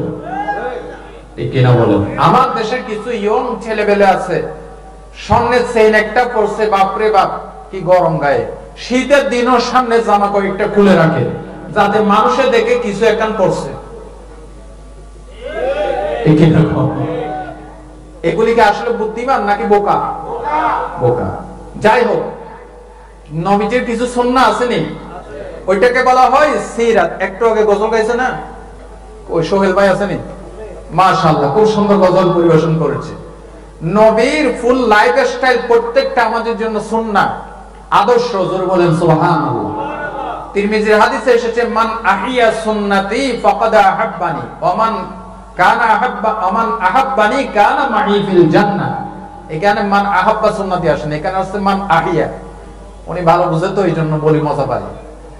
তো আল্লাহর নবী বলছেন যে আমার একটা সুন্নতকে জিন্দা করলো সে আমি নবীকে মহব্বত করলো, আর যা আমি নবীকে মহব্বত করলো সে আমার সাথে জান্নাতে ঢুকবে। বেশি বেশি নবীর সুন্নতের উপর আমল করলে মৃত্যুর সময় কালমা নসিব হবে ইনশাআল্লাহ। আর হুজুর করতে কি কইলেন? আল্লাহর নবী যখন ইন্তেকাল করবেন, বুখারীর হাদিস, হযরতে মাইশা সিদ্দিকা বলেন নবীজির ইন্তেকালের দিন যোহরের একটু আগে হযরতে আব্দুর রহমান আয়েশা সিদ্দিকার ভাই হাতে একটা মেসওয়াক নিয়ে নবীজির রুমে প্রবেশ করলেন। বিশ্ব নবী ওই মেসওয়াকটা দেখে এক নজরে তার হাতের দিকে, মেসওয়াকের দিকে তাকিয়ে আছেন। আম্মা জান হযরতে আয়েশা বলেন, ইয়া রাসূলুল্লাহ, এই মেসওয়াকটা কি আমি আপনার জন্য নরম করে চাবাই আপনাকে দেব? বিশ্ব নবী মাথা দিয়ে ইশারা করলেন, হ্যাঁ আমাকে মেসওয়াকটা দাও। হযরত আয়েশা সিদ্দিকা বলেন, মেসওয়াকটা একটু শক্ত ছিল, এই জন্য আমি নবীর জন্য দাঁত দিয়ে চাবাইয়া বিশ্ব নবীকে নরম করে মেসওয়াকটা দিলাম। বলেন সুবহানাল্লাহ। এই জন্য বুখারীর হাদিসে এসেছে, মাইশা সিদ্দিকা গর্ব করে বলতেন, তুয়াফিয়া ফি বাইতি ওয়া ফি ইয়াউমি ওয়া ফি বাইনা সাহরি ওয়া নাহারি ওয়া আন্না আল্লাহ জামা রিqi ওয়া রিqahu ইনদা মাউতি। কিতাবুল মাগাজিদাস বুখারী। হযরত আয়েশা বলছেন, আমার খুশ নসিব আল্লাহর নবী আমার পালার ডেটে, আমার তারিখে, আমার কামরায়, আমার হুজরায় নবীজির শেষ বিদায় হয়েছে। শুধু তাই নয়, ওয়ান্নাল্লাহ জামা রিqi ওয়া রিqahu ইনদা মাউতিহি। আমি আয়েশা ওই যে মেসওয়াক চাবাই দিছিল, আমি আয়েশা তুতু নবীজির তুতুর সাথে ইন্তেকালের সময় একসাথে হয়েছিল। এই হাদিস থেকে, বুখারী শরীফের এই হাদিস থেকে মুহাদ্দিসিন ইকরাম ব্যাখ্যা লিখেছেন, নবীজির শেষ আমল ছিল মেসওয়াক। নবীজির শেষ আমল কি? মেসওয়াক। এই জন্য যারা মেসওয়াক করবেন ইনশাআল্লাহ কালমা নসিব হবে। আরো যারা বলেন সুবহানাল্লাহ। তাহলে আমরা সবাই সুন্নতের আমল করতে রাজি আছিনি? জোরে বলেন ইনশাআল্লাহ। মৃত্যুর সময় যদি কালমা নসিব না হয় যাবেন কোথায়? জাহান্নামে। রাসূলের চাচা আবু তালেব যখন মারা যাবে, আল্লাহর নবী চাচাকে তো ভালোবাসতেন, বিশ্ব নবী এসে বললেন, আই আম্মে কুল লা ইলাহা ইল্লাল্লাহ ওয়া হাজ্জু লাকা বিহা ইনদাল্লাহ। আমার চাচা আবু তালেব, আপনি মৃত্যুর আগে একটিবারের জন্য কালিমাটা ঘোষণা করেন, আমি কথা দিলাম কিয়ামতের দিন আপনার পক্ষে কালিমা আল্লাহর কাছে দলিল হিসেবে আমি পেশ করব। আবু তালেবের নিকটে আবু জেহেল এবং আব্দুল্লাহ ইবনে উমাইয়া বসা ছিলেন। তারা দুইজনে বললেন, ইয়া আবা তালিবিন আতারগাবু আন মিল্লাতি আব্দুল মুত্তালিব। আবু তালেব, তুমি কি তোমার বাপ দাদার ধর্ম থেকে বিগড়াইয়ে যাবে নাকি, দূরে সরে যাবে নাকি? তার মানে হলো এই নতুন ধর্ম তুমি গ্রহণ করিও না। বলেন নাউজুবিল্লাহ। আবু তালেব কালিমা পড়ে নাই, কালিমা ছাড়া বিদায় হয়ে গেল। বিশ্ব নবী চাচাকে এত মহব্বত করতেন, বিশ্ব নবী বলেছেন, আল্লাহ যতক্ষণ পর্যন্ত আল্লাহর পক্ষ থেকে নিষেধাজ্ঞা না দিবে ততক্ষণ চাচার জন্য আমি কাঁদতে থাকবো। এক মুহূর্তে আল্লাহ তাআলা আয়াত নাযিল করে দিলেন, সূরা তাওবার 113 নম্বর আয়াত, মা কানা লিন-নাবিয়্যি ওয়াল-লাযীনা আমানু আইয়াস্তাগফিরু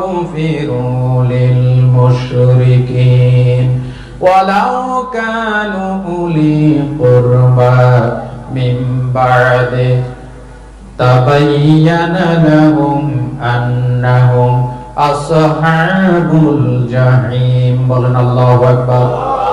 আল্লাহ তাআলা আয়াত নাযিল করে দিলেন, ও নবী, কোন মুশরিকের জন্য, কোন কাফেরের জন্য যে ইসলামে বিশ্বাস করে না, কালেমায় বিশ্বাস করে না, ইসলামী শাসনে বিশ্বাস করে না, এমন কোন কাফের মুশরিকের জন্য আমার কাছে দোয়া করা, মাগফিরাত চাওয়া আপনি নবীর জন্য জায়েজ নয়।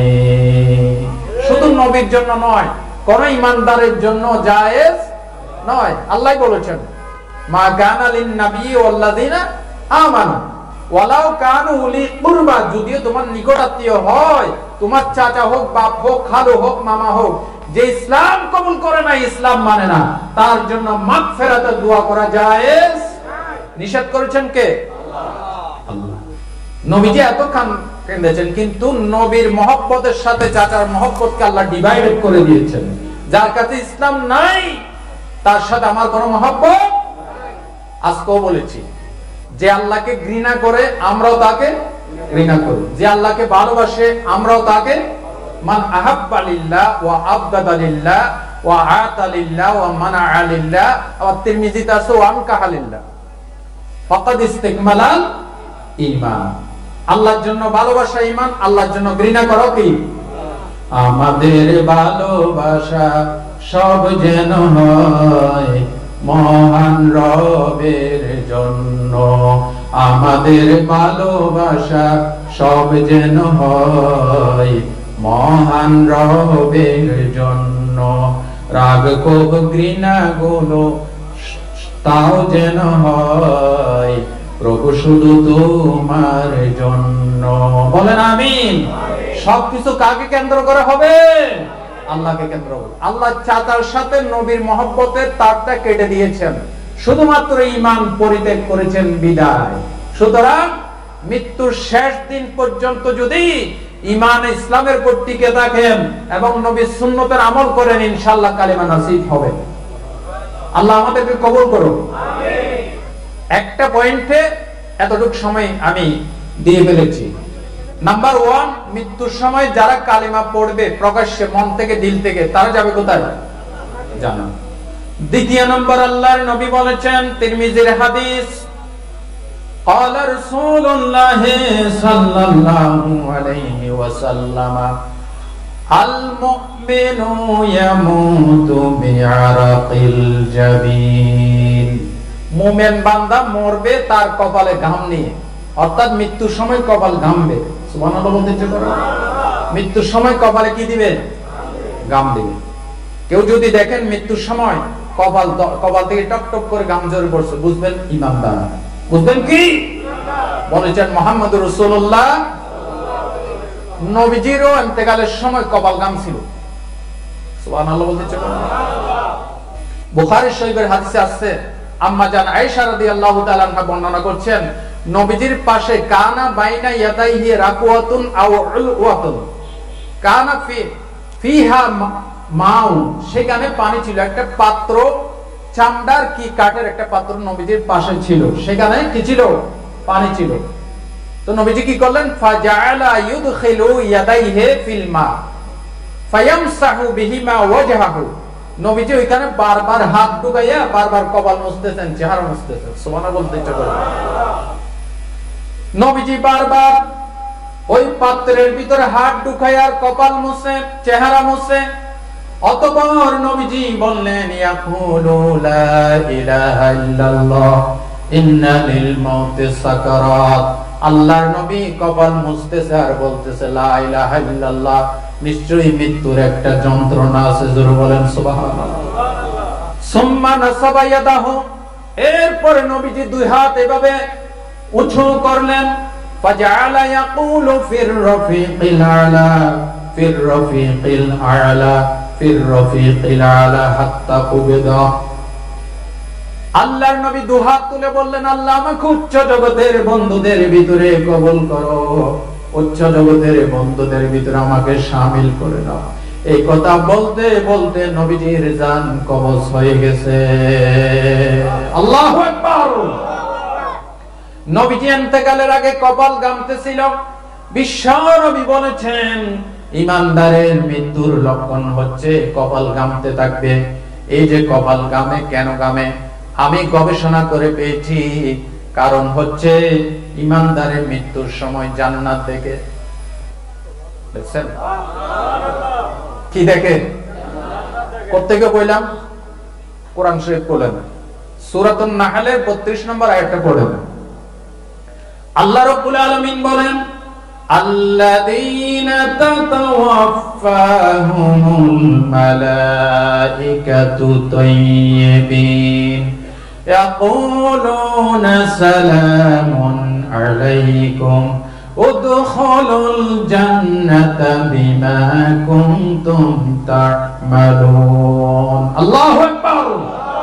আল্লাহ রাব্বুল আলামিন বলেন, ঈমানদারের ভালো লোকের পবিত্র বান্দা ফেরেশতারা যখন জান কবজ করে তখন বলে সালামুন আলাইকুম, ও আল্লাহর বান্দা তোমার কোনো ভয় নাই, ভয় নাই, তোমার কোনো টেনশন নাই, আমাদের সালাম নাও। উদখুলুল জান্নাতা, জান্নাতে প্রবেশ করো। ঈমানদার ব্যক্তি জান্নাত দেখতে দেখতে তার রূহটা বেরিয়ে যায়। এবার বলেন, কোন আনন্দিত স্থানে পৌঁছার আগে মানুষের টেনশন থাকে নাকি থাকে না? আপনি আজকে কক্সবাজার যাবেন বেড়াইতে, আনন্দ সফরে, সারা রাত ঘুম নাই, ঠিক কিনা? কেন? আনন্দ সফরে ভালো জায়গায়, আনন্দের জায়গায় যাওয়ার জন্য মানুষের ভিতরে একটা অস্থিরতা সৃষ্টি হয়। সেই অস্থিরতা সৃষ্টি হলে মানুষের কপাল দিয়ে ঘাম বের হয়, ঠিক কিনা? আপনি বলবেন বেঈমানের হয় না? হ্যাঁ, বেঈমানেরও হয়। বেঈমানের হয় ভয়ের টেনশন। কিসের টেনশন? ভয়। ভয়ের টেনশন হলে পানি বের হয় না, বরং কলিজার পানি সুদ্ধা শুকাইয়ে যায়, ঠিক কিনা বলো? এটা আমার গবেষণা করে আমি পাইছি। কারণ মানুষ যখন ভয় পায়, জাহান্নাম দেখে বেঈমানে, তখন তার কপাল দিয়ে ঘাম বের হতো দূরের কথা, তার কলিজার পানি সুদ্ধা শুকাইয়ে যায়। আর ঈমানদার যখন জান্নাত দেখে, ফেরেশতারা বলে, ও ঈমানদার বান্দা, ভয় নাই, ভয় নাই, আল্লাহর পক্ষ থেকে আসছে। ঈমানদারে কয়, তুমি যে আল্লাহর পক্ষ থেকে আসছো, সারা জীবন কোরআন হাদিসের দলিল ছাড়া কোনো কাজ করি নাই, দলিল দাও। সুবহানাল্লাহ বলেন। কি লাগবে? দলিল লাগবে। ফেরেশতারা কয়, মহা মুসিবত হচ্ছে, আল্লাহ তোমার বান্দা দলিল চাই। ঠিক আছে, বেহেশত থেকে একটা ফল নিয়ে যা, ফলের মধ্যে বিসমিল্লাহির রহমানির রহিম লিখে দে। এগুলি কোন কোন বর্ণনায় আছে। তখন ফেরেশতারা বলে যে, এই দেখো, জান্নাত তো দেখাইলাম, আল্লাহর পক্ষ থেকে আসছে, এই দেখ বেহেশতি ফল। এই বেহেশতি ফলের মধ্যে যখন বিসমিল্লাহির রহমানির রহিম, আল্লাহর নাম যখন দেখে ঈমানদারের রূহ আত্মহারা হয়ে যায়, এই ফলের ভিতরে ঢুকে যায়। জোরে বলেন সুবহানাল্লাহ। ঈমানের পথে অবিচল থেকে আমার মরণ যেন হয়, ঈমানের পথে অবিচল থেকে আমার মরণ যেন হয়। তোমারই কাছে মিনতি আমার, মহামহিম দয়াময়, ঈমানের পথে অবিচল থেকে আমার মরণ যেন হয়। বলেন আমিন। ভাই বন্ধুগণ, ঈমানদারের মৃত্যুবরণের পরও তার অস্থিরতা শেষ হয় না। যতক্ষণ না দাফন না হয়, ঈমানদারের রূহটা অস্থিরতার ভিতরে থাকে। বিশ্বনবী কিতাবুল জানাজা বুখারীতে বলেছেন, ইজা বুদিয়াতিল জানাজাতু ফাহতামালাহার রিজালু আলা আনাকিহিম ইন কানাত সালিহাতান ক্বালাত কদ্দিমুনি কদ্দিমুনি।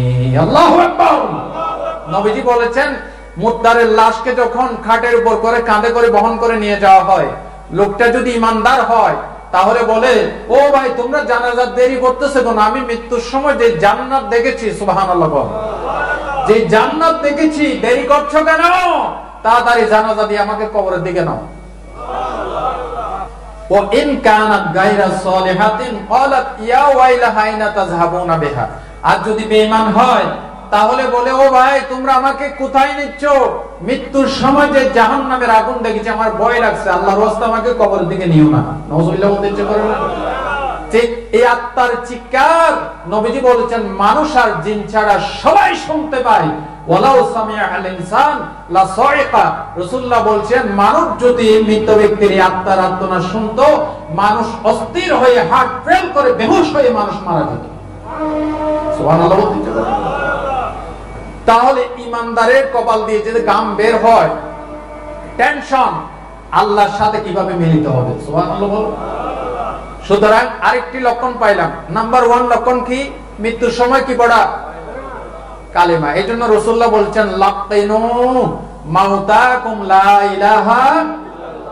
আবার অন্য জায়গায় আসছে লাক্কিনু মাউতাকুম কাওলা লা ইলাহা ইল্লাল্লাহ। রাসূলুল্লাহ বলছেন তোমাদের মৃত্যু পথযাত্রী ব্যক্তিদেরকে কালিমা তালকিন দাও। তালকিন মানে কানে কানে বলা। কিভাবে বলা? কানে কানে বারবার মৃত ব্যক্তির পাশে বসে বলবেন লা ইলাহা ইল্লাল্লাহ মুহাম্মাদুর রাসূলুল্লাহ। আর কোনো কাজ নাই, মৃত ব্যক্তির পাশে বসে আস্তে আস্তে সে কানে শুনে মতো কি বলবেন? লা ইলাহা ইল্লাল্লাহ। রাসূলুল্লাহ বলছেন যার শেষ কথা হবে লা ইলাহা ইল্লাল্লাহ সে জান্নাতে যাবে। যে ব্যক্তি মৃত্যুর সময় কপাল দিয়ে টপ টপ করে ঘামের বিন্দু পড়বে বুঝতে হবে জান্নাতি। 3 নাম্বার বিশ্বনবী বলেছেন, তিরমিজির হাদিস, মা মিন মুসলিমিন ইয়ামুতু মিন ইয়াউমিল জুমআতি আও লাইলাতাল জুমআতি ইল্লা ওয়াকাহুল্লাহু মিনান নার। আল্লাহর নবী বলেন কোন মুসলমান ঈমানদার খাঁটি মুমিন যদি জুমার দিন অথবা জুমার রাতে মারা যায়, আমার নবীজি বলেছেন আল্লাহ কবরের ফিতনা থেকে তাকে রক্ষা করবে। আরো জোরে বলেন সুবহানাল্লাহ। কি বলেছেন? মা মিন মুসলিমিন। রাসূলুল্লাহ কিন্তু খুব ভালো করে বলেছেন, রাসূলুল্লাহ কিন্তু মুসলমান শব্দ ব্যবহার করেছেন। কি শব্দ ব্যবহার করেছেন? মুসলমান। এখন মুসলমান কাকে বলে? আমাদের জাতির পিতা ইব্রাহিম আলাইহিস সালামকে আল্লাহ বলেছিলেন ইজ ক্বালা রাব্বুহু আসলিম, when his Lord said to him submit। যখন ইব্রাহিমের রব বলেছিলেন ইব্রাহিম তুমি মাথাটা ঝুঁকাই দাও আমার আইনের সামনে, তিনি বলেছিলেন আসলামতু লিরাব্বিল আলামিন, I have submitted to the Lord of the world। আমি বিশ্ব জাহানের মালিকের সামনে সাবমিটেড হয়ে গেলাম, মাথাটা ঝুঁকাই দিলাম, জীবনের প্রত্যেকটি কাজকর্ম খোদার বিধান মতো হবে। জোরে বলেন সুবহানাল্লাহ। তাহলে যারা জন্ম থেকে শুরু করে মৃত্যু পর্যন্ত বালেগ হওয়ার প্রত্যেকটি কাজ আল্লাহ এবং রাসূলের বিধান মতো করে তারা মুসলমান। তারা কি? যারা কিছু মানে কিছু মানে না, কিছু মানে কিছু মানে না, তারা মুমিন মুসলমান নাকি মুনাফিক? সবাই কথা বলে মুনাফিক। তাহলে আপনারা মুনাফিক হয়ে মরতে চান নাকি মুসলমান হয়ে মরতে চান? রাসূলুল্লাহ হাদিসে বলছেন মা মিন মুসলিমিন, মুসলমানের সংজ্ঞার ভিতর আসতে হবে। এই ধরনের কোন ইমানদার মুসলমান যদি জুমার দিন অথবা জুমার রাত্রে মারা যায়, নবীজি বলেছেন কবরের ফিতনা থেকে বাঁচবে। কবরের ফিতনা সাংঘাতিক। হযরত উসমান বলেছিলেন আউয়ালু মানাজিলিল আখিরাহ। বিশ্ব নবী আরো বলেছেন খায়রু ইয়াউমিন তালাআত আলাইহি শামসু ইয়াউমাল জুমআহ ফীহি খুলিকা আদম ওয়া ফীহি উদখিলাল জান্নাহ ওয়া ফীহি উখরিজা মিনহা। আল্লাহর নবী বলেন আল্লাহ সৃষ্টি জগতের ভিতরে যতগুলি দিনে সূর্য উদিত হয় সূর্য ডুবে, এই সব দিনগুলির ভিতরে শ্রেষ্ঠ দিন হচ্ছে জুমার দিন। জোরে চিল্লায়ে বলেন সুবহানাল্লাহ। কেন? বিশ্বনবী বলেন এই দিন আদম আলাইহিস সালামকে সৃষ্টি করা হয়েছে। কোন দিন? নবীজি বলেন এই দিন জান্নাতে আদমকে ঢুকানো হয়, এই জুমার দিন তাকে জান্নাত থেকে বের করা হয়। আরেক বর্ণনায় আছে জুমার দিন মাগরিব থেকে আসর পর্যন্ত মাঝামাঝি সময় আল্লাহ আদম আলাইহিস সালামকে বানিয়েছেন। বলেন সুবহানাল্লাহ। ভাই ও বন্ধুগণ, কোন খাঁটি মুমিন ইমানদার যদি জুমার দিন মারা যায় বুঝতে হবে জান্নাতি। আল্লাহু আকবার। কিন্তু আবু জেহেল মার্কা লোক যদি জুমার দিনে মরে কোনো লাভ আছে না? অনেকে কয় মক্কা শরীফ মারা গেছে, মদিনা শরীফ মারা গেছে। ওরে ভাই, আবু জেহেল মরছিল কোথায়? কোথায়? মক্কায়। আবু লাহাব মরছিল কোথায়? মক্কায়। জান্নাতে যাইবো? জোরে বলেন না। মক্কায় মরুক, মদিনায় মরুক, শুক্রবার মরুক, শনিবার মরুক, এগুলি মূল দত্তব্য বিষয় নয়, মূল হচ্ছে ঈমান আছে কিনা। তবে নবীজি এখানে একটা লক্ষণ বলেছেন, কোন মুসলমান যদি জুমার দিন জুমার রাতে মারা যায় কবরের ফিতনা থেকে আল্লাহ বাঁচাবে। বিশ্ব নবী নিজেও কবরের ফিতনায় অস্থির ছিলেন। আরে আমার নবী চাইতে বড় কেউ আসেনি, জোরে কম।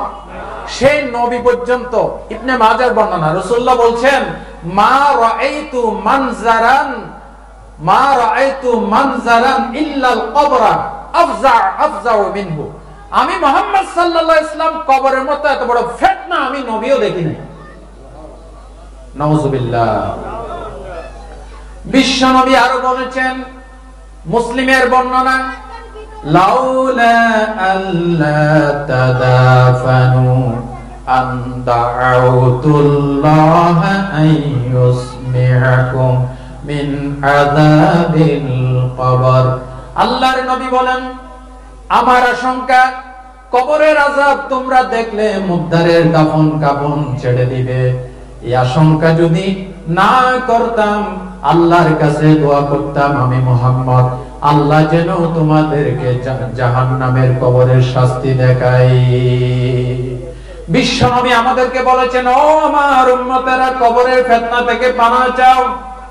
চারটা জিনিস থেকে পানাহ না চেয়ে নামাজের সালাম ফিরাও না। জোর বলেন কয়টা?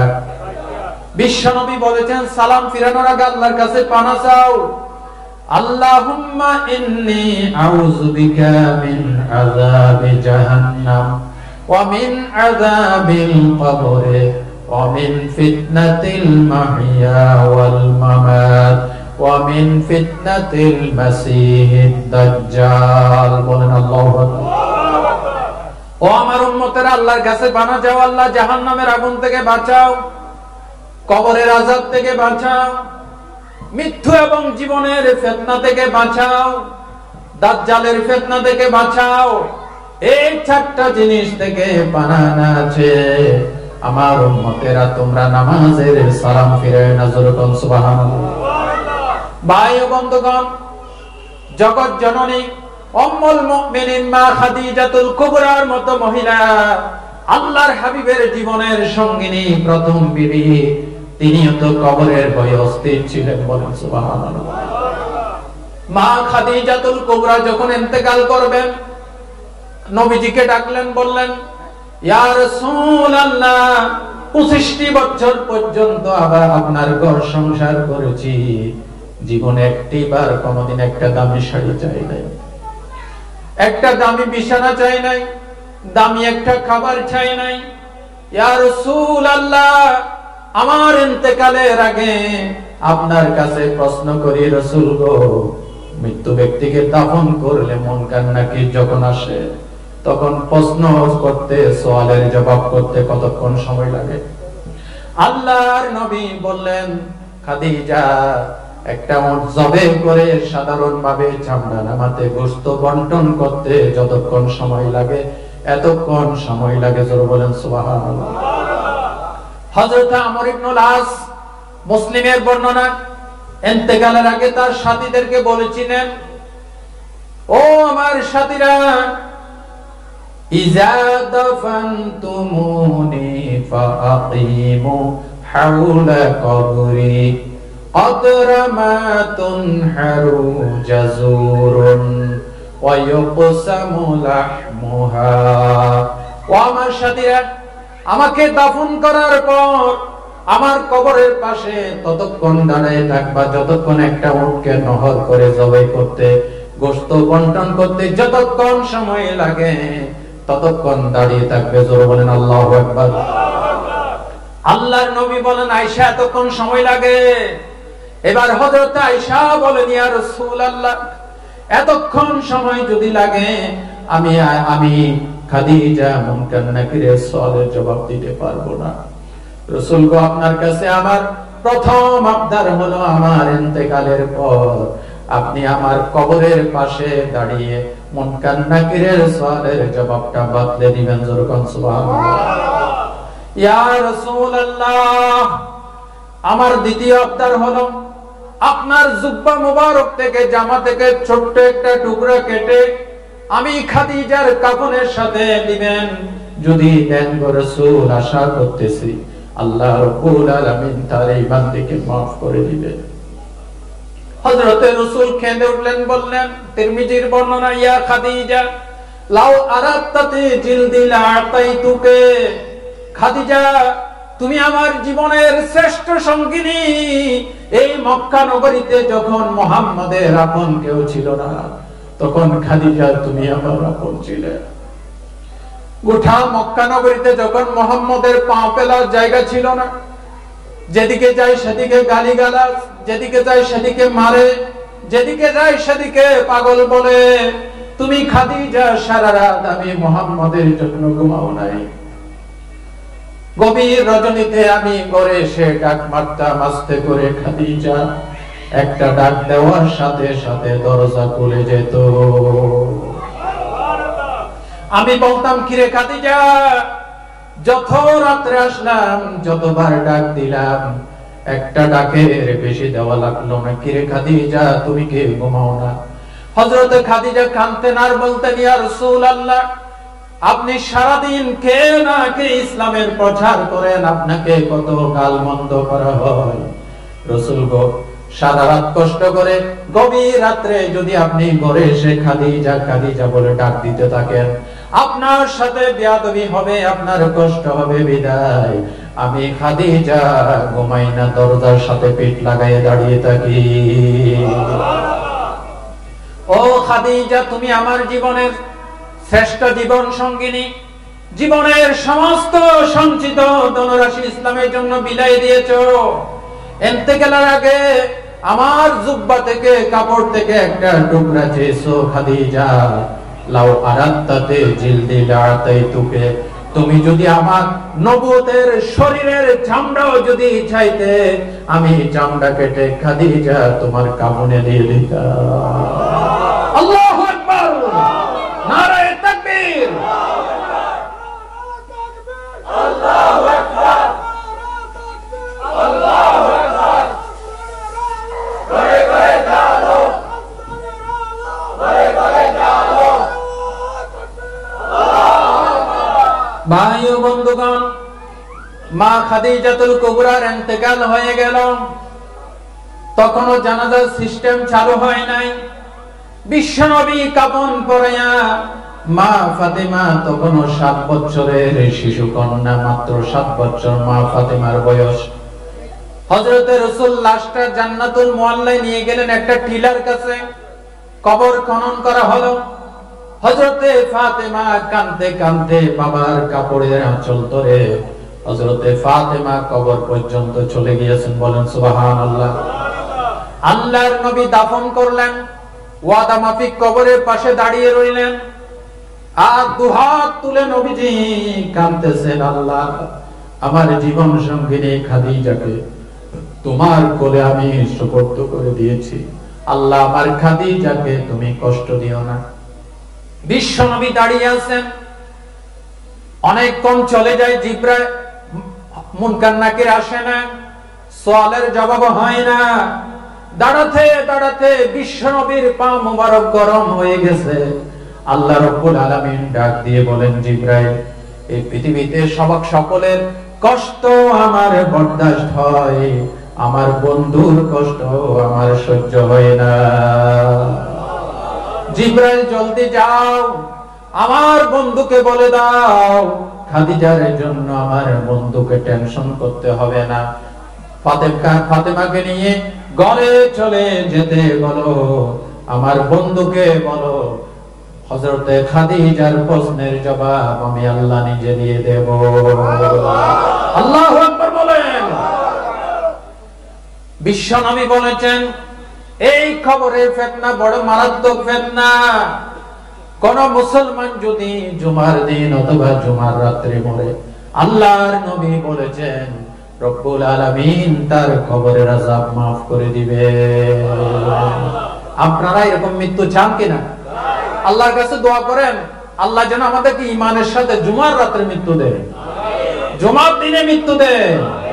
আমার যখন ফুরাবে দিন আসবে গহীন রাতি, আমার যখন ফুরাবে দিন আসবে গহীন রাতি দেখো প্রভু এই জীবনে দেখো প্রভু এই জীবনে হয় চিরসাথী আসবে গহীন রাতি জীবন নদীর দুকুল জুড়ে আসলে অমানিসা তাকে বিনা আর দু চোখ জুড়ে একটু আলোর দিশা সেদিন আমার সেদিন আমার সেদিন আমার অন্ধ চোখে তুমি আলোর জ্যোতি আসবে গহীন রাতি। আল্লাহ কবুল করুন, বলেন আমিন। তিনটা লক্ষণ বলেছি। চতুর্থ লক্ষণ বিশ্বনবী সাল্লাল্লাহু আলাইহি ওয়াসাল্লাম বলেছেন, যে ব্যক্তি আল্লাহ রাস্তায় শাহাদাত লাভ করবে আল্লাহ তার কবরের আযাব মাফ করে দিবেন। তার মৃত্যু হবে ঈমানী মৃত্যু।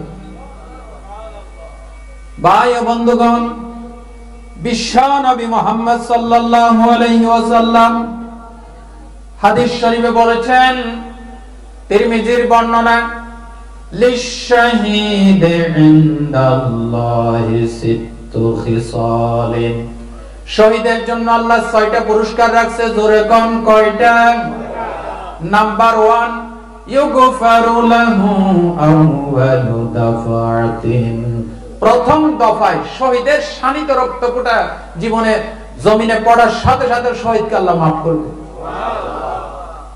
নাম্বার 1। দ্বিতীয় নাম্বার, ওয়ারা মাকআদাহু মিনাল জান্নাহ, জান্নাতে আল্লাহ তাকে যেখানে রাখবে শহীদের মৃত্যুর আগে আল্লাহ তাকে জান্নাতের ঠিকানা দেখাই দেবে। তৃতীয় নাম্বার, ওয়ায়ুজারু মিন আযাবিল কবর, যারা শহীদ হবে তাদেরকে আল্লাহ কবরের আযাব মাফ করে দিবেন। ওয়ায়ামানু মিনাল ফাযাইল আকবার, কিয়ামতের মহাভীতিপ্রদ অবস্থা থেকে আল্লাহ তাকে হেফাজত করবেন। পঞ্চম নম্বর, ওয়ায়ুদাউ আলা রাসিহি তাজুল ওয়াকার আল ইয়াকুতাতু মিনহা খায়রুম মিনাদ দুনিয়া ওয়া মা ফিহা, শহীদের মাথায় আল্লাহ এমন একটা তাজ পরায়ে দিবেন ইয়াকুতের পাথরের, যার এক একটা পাথর দুনিয়া এবং দুনিয়ার ভিতরে যা আছে এর চাইতে দামি। ষষ্ঠ নম্বর, ওয়ায়ুযাওয়াজু ফি ইসনাতান ওয়া সাবঈনা যাওজাতাম মিনাল হুরিল ঈন, জান্নাতে সুন্দর চক্ষুধারী 72 জন হুরের সাথে আল্লাহ তার বিয়ের ব্যবস্থা করবেন। ষষ্ঠ নম্বর, এটাই শেষ। এই 6টা পুরস্কার শহীদের জন্য। তাই এখানে কিছু বাদ আছে? জোরে বলেন। কবরের আযাবও মাফ, জান্নাতও পাইছে, জান্নাতের ঠিকানা তো মৃত্যুর আগে আল্লাহ দেখিয়ে দিচ্ছে। সুবহানাল্লাহ বলতে ইচ্ছে করে না? বিশ্বনবী বলেছেন, যারা শুধুমাত্র জিহাদের ময়দানে গিয়ে শহীদ হয় তারা শহীদ নয়, বরং রাসূলুল্লাহ বলেছেন, মান সাআলাল্লাহা শাহাদাতা বিসিদকিন বাল্লাগাহুল্লাহু মানাজিলাশ শুহাদা ওয়া ইম্মাতা আলা ফিরাশি। মুসলিমের হাদিস। রাসূলুল্লাহ বলছেন, যে ব্যক্তি মন থেকে দিল থেকে আল্লাহর কাছে বলে, ও আল্লাহ আমি তোমার কাছে শাহাদাতের মৃত্যু চাই, ঘটনাক্রমে সে যদি বিছানায় মরে, নবীজি বলেছেন আল্লাহ তাকে শাহাদাতের দরজা দিয়েছে। তাহলে আপনারা কিসের মৃত্যু চান? কিসের মৃত্যু চান? জীবনের মালিক তুমি প্রভু, তোমার কাছে তাই সপেছি জীবন, দিনের পথে কবুল করে দাও তুমি আমায় শহীদি মরণ। আমিন বলুন। আরামাইশ কিংবা সুখের পরশ পেয়ে ভুলে না থাকি তোমায় যেন কোন মতে দাও শক্তি দাও, তোমার পথে যেন থাকি অটল, জীবনের মালিক তুমি প্রভু, তোমার কাছে তাই সপেছি জীবন, দিনের পথে কবুল করে দাও তুমি আমায় শহীদি মরণ। জোরে বলেন আমিন। রাসূল করিম সাল্লাল্লাহু আলাইহি ওয়াসাল্লাম বলেছেন, যারা আল্লাহর রাস্তায়, আপনারা কার রাস্তায় মরতে চান? আল্লাহর রাস্তায় না শয়তানের রাস্তায়? কার রাস্তায় মরতে চান? দুহাত তুলে আল্লাহকে দেখাও।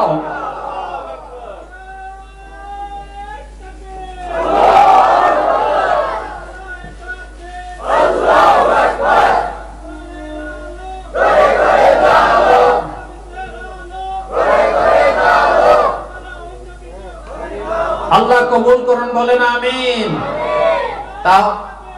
মাশাআল্লাহ।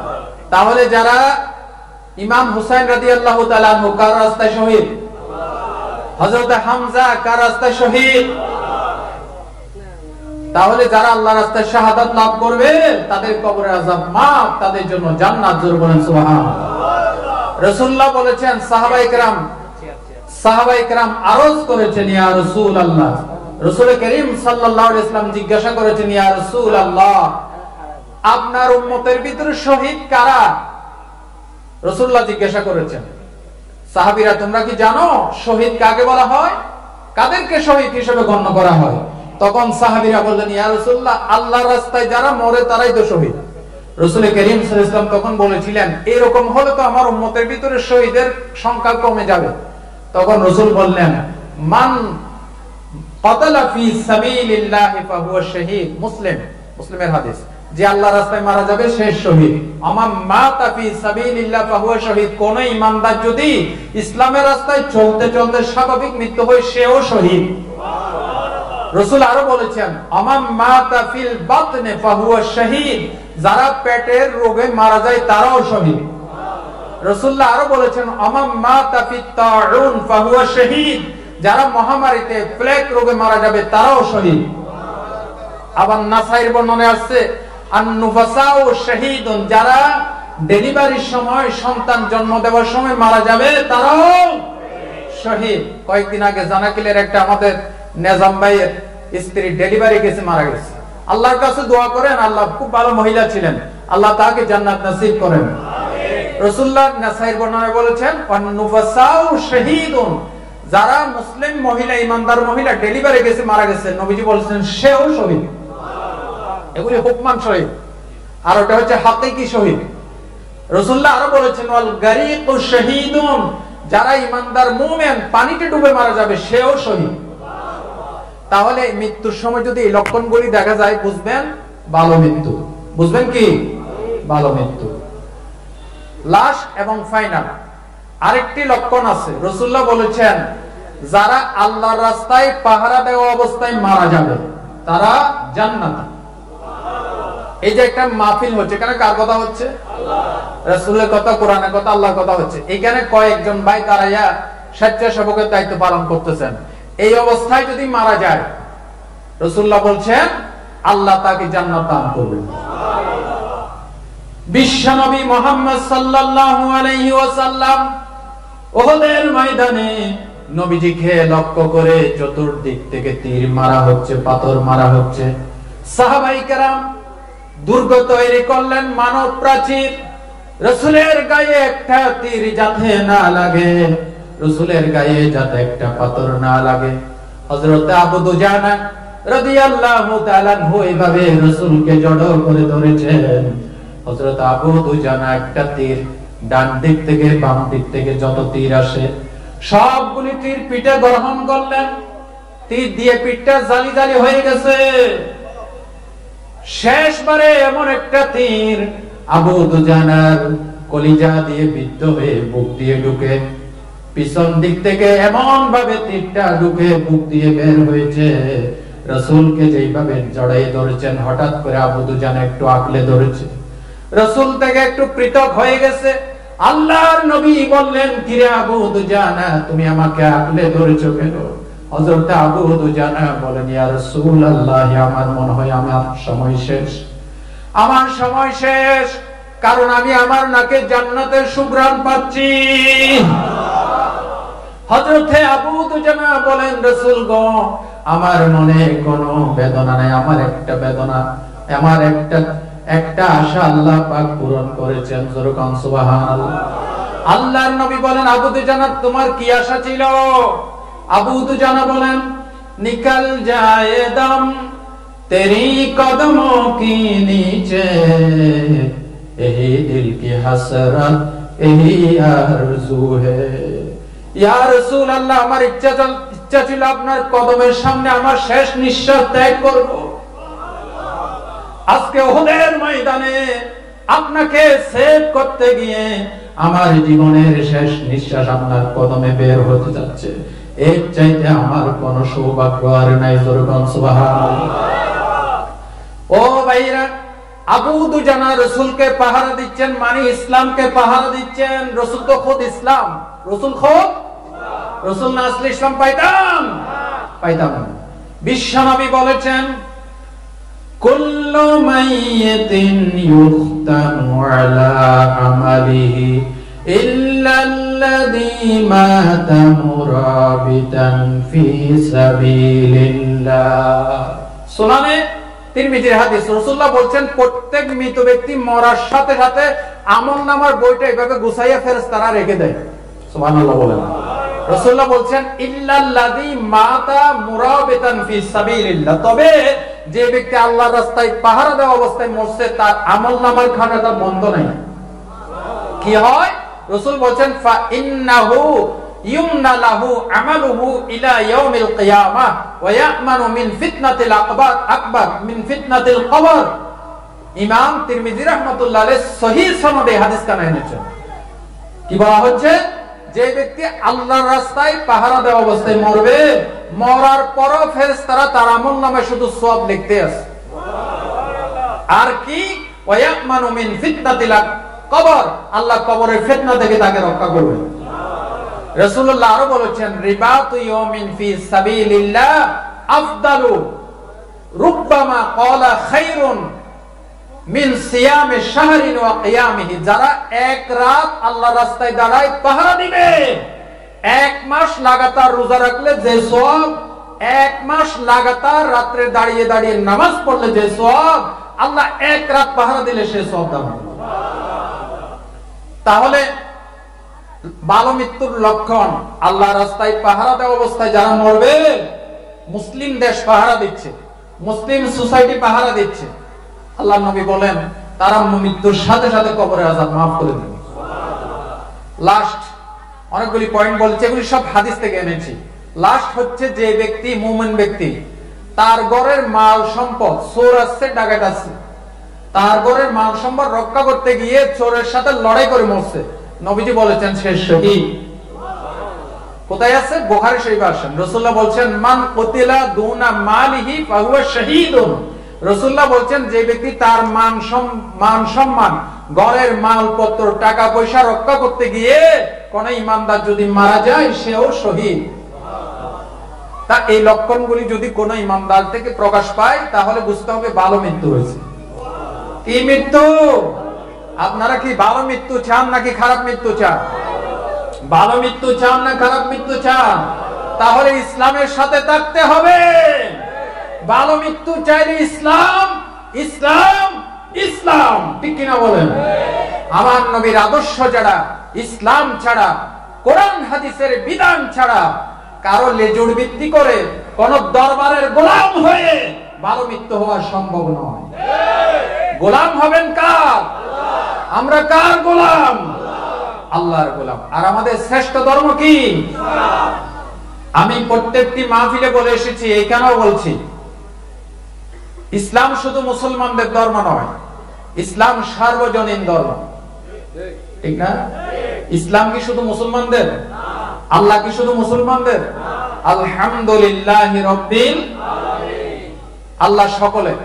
রাসূল যেটা পাইছে এটা শুধু মুসলমানদের নবী, মক্কা মদিনার নবী, ওমা আরসালনাকা ইল্লা রাহমাতাল লিল আলামিন, গোটা বিশ্ব ভূমণ্ডলের নবী। আর কোরআন যেটা পাইছে এটাই মুসলমানদের কোরআন। এটা কি? ইন হুয়া ইল্লা যিকরুল লিল আলামিন, সমস্ত জাতি সত্তার কিতাব কোরআন। তেমনি সার্বজনীন ধর্ম ইসলাম। জোরে বলেন সুবহানাল্লাহ। আমরা গর্বিত, আমরা আনন্দিত, গণপ্রজাতন্ত্রী বাংলাদেশ সরকারের সংবিধানে রাষ্ট্র ধর্ম ইসলাম। এই সুবাদে গণপ্রজাতন্ত্রী বাংলাদেশ সরকারকে ধন্যবাদ জানাই। জোরে বলেন আমিন। কিয়ামত পর্যন্ত বাংলাদেশ যতদিন থাকবে রাষ্ট্র ধর্ম ইসলাম থাকবে ইনশাআল্লাহ। আমরা মুসলমান হিসেবে এটা চাইতে পারি কিনা? চাইতে পারি, কারণ ইসলাম থাকলে সকলের লাভ। লাভ না? কারণ আমার কোরআনে, ওই যে কয়েকদিন আগে বলেছি, আমার কোরআনে হিন্দুদের দেবতাকে গালি দিতে নিষেধ করা হয়েছে, ঠিক না? কি বলেছেন আল্লাহ? ওয়ালা তাসুবুল্লাযীনা ইয়াদউনা মিন দুনিল্লাহ ফায়াসুবুল্লাহা আদওয়ান বিগাইরি ইলম। এই মুসলমানেরা সরস্বতীর পূজা করছে, হিন্দুরা দুর্গার পূজা করছে, তাদের দেবতার নাম ধরে গালি দিও না। তাদের পূজা তারা করুন, তাদের দেবতার নাম ধরে গালি দিলে তারা তোমার আল্লাহকে গালি দিবে, ঠিক কিনা বলেন? মুসলিম গণপ্রজাতন্ত্রী বাংলাদেশ সরকারের দায়িত্ব হচ্ছে প্রত্যেকটি হিন্দুদের পূজা মণ্ডপ পাহারা দেওয়া, হিন্দুদের বাড়িঘর পাহারা দেওয়া প্রত্যেকটি মুসলমানের ঈমানি দায়িত্ব। আজকে যারা মুসলিম ধর্মের নাম ভাঙিয়ে হিন্দুদের বাড়িঘরের উপর, কয়েকদিন আগে, কিছুদিন আগে আমার জামাল তারেক ভাই, মাশাআল্লাহ, উনিও ছিলেন, আকবর সাতানার পক্ষ থেকে একটা মিটিং কল করা হয়েছিল, সেখানে আমাকে ওসি সাহেব বক্তব্যের জন্য দিয়েছিলেন। আমি সকলের উপস্থিতিতে এই কথাটা বলেছি এবং যিনি প্রধান চিফ গেস্ট ছিলেন উনি আমাকে ধন্যবাদ দিয়ে গেছেন। আমি বলেছি কোন খাঁটি ইমান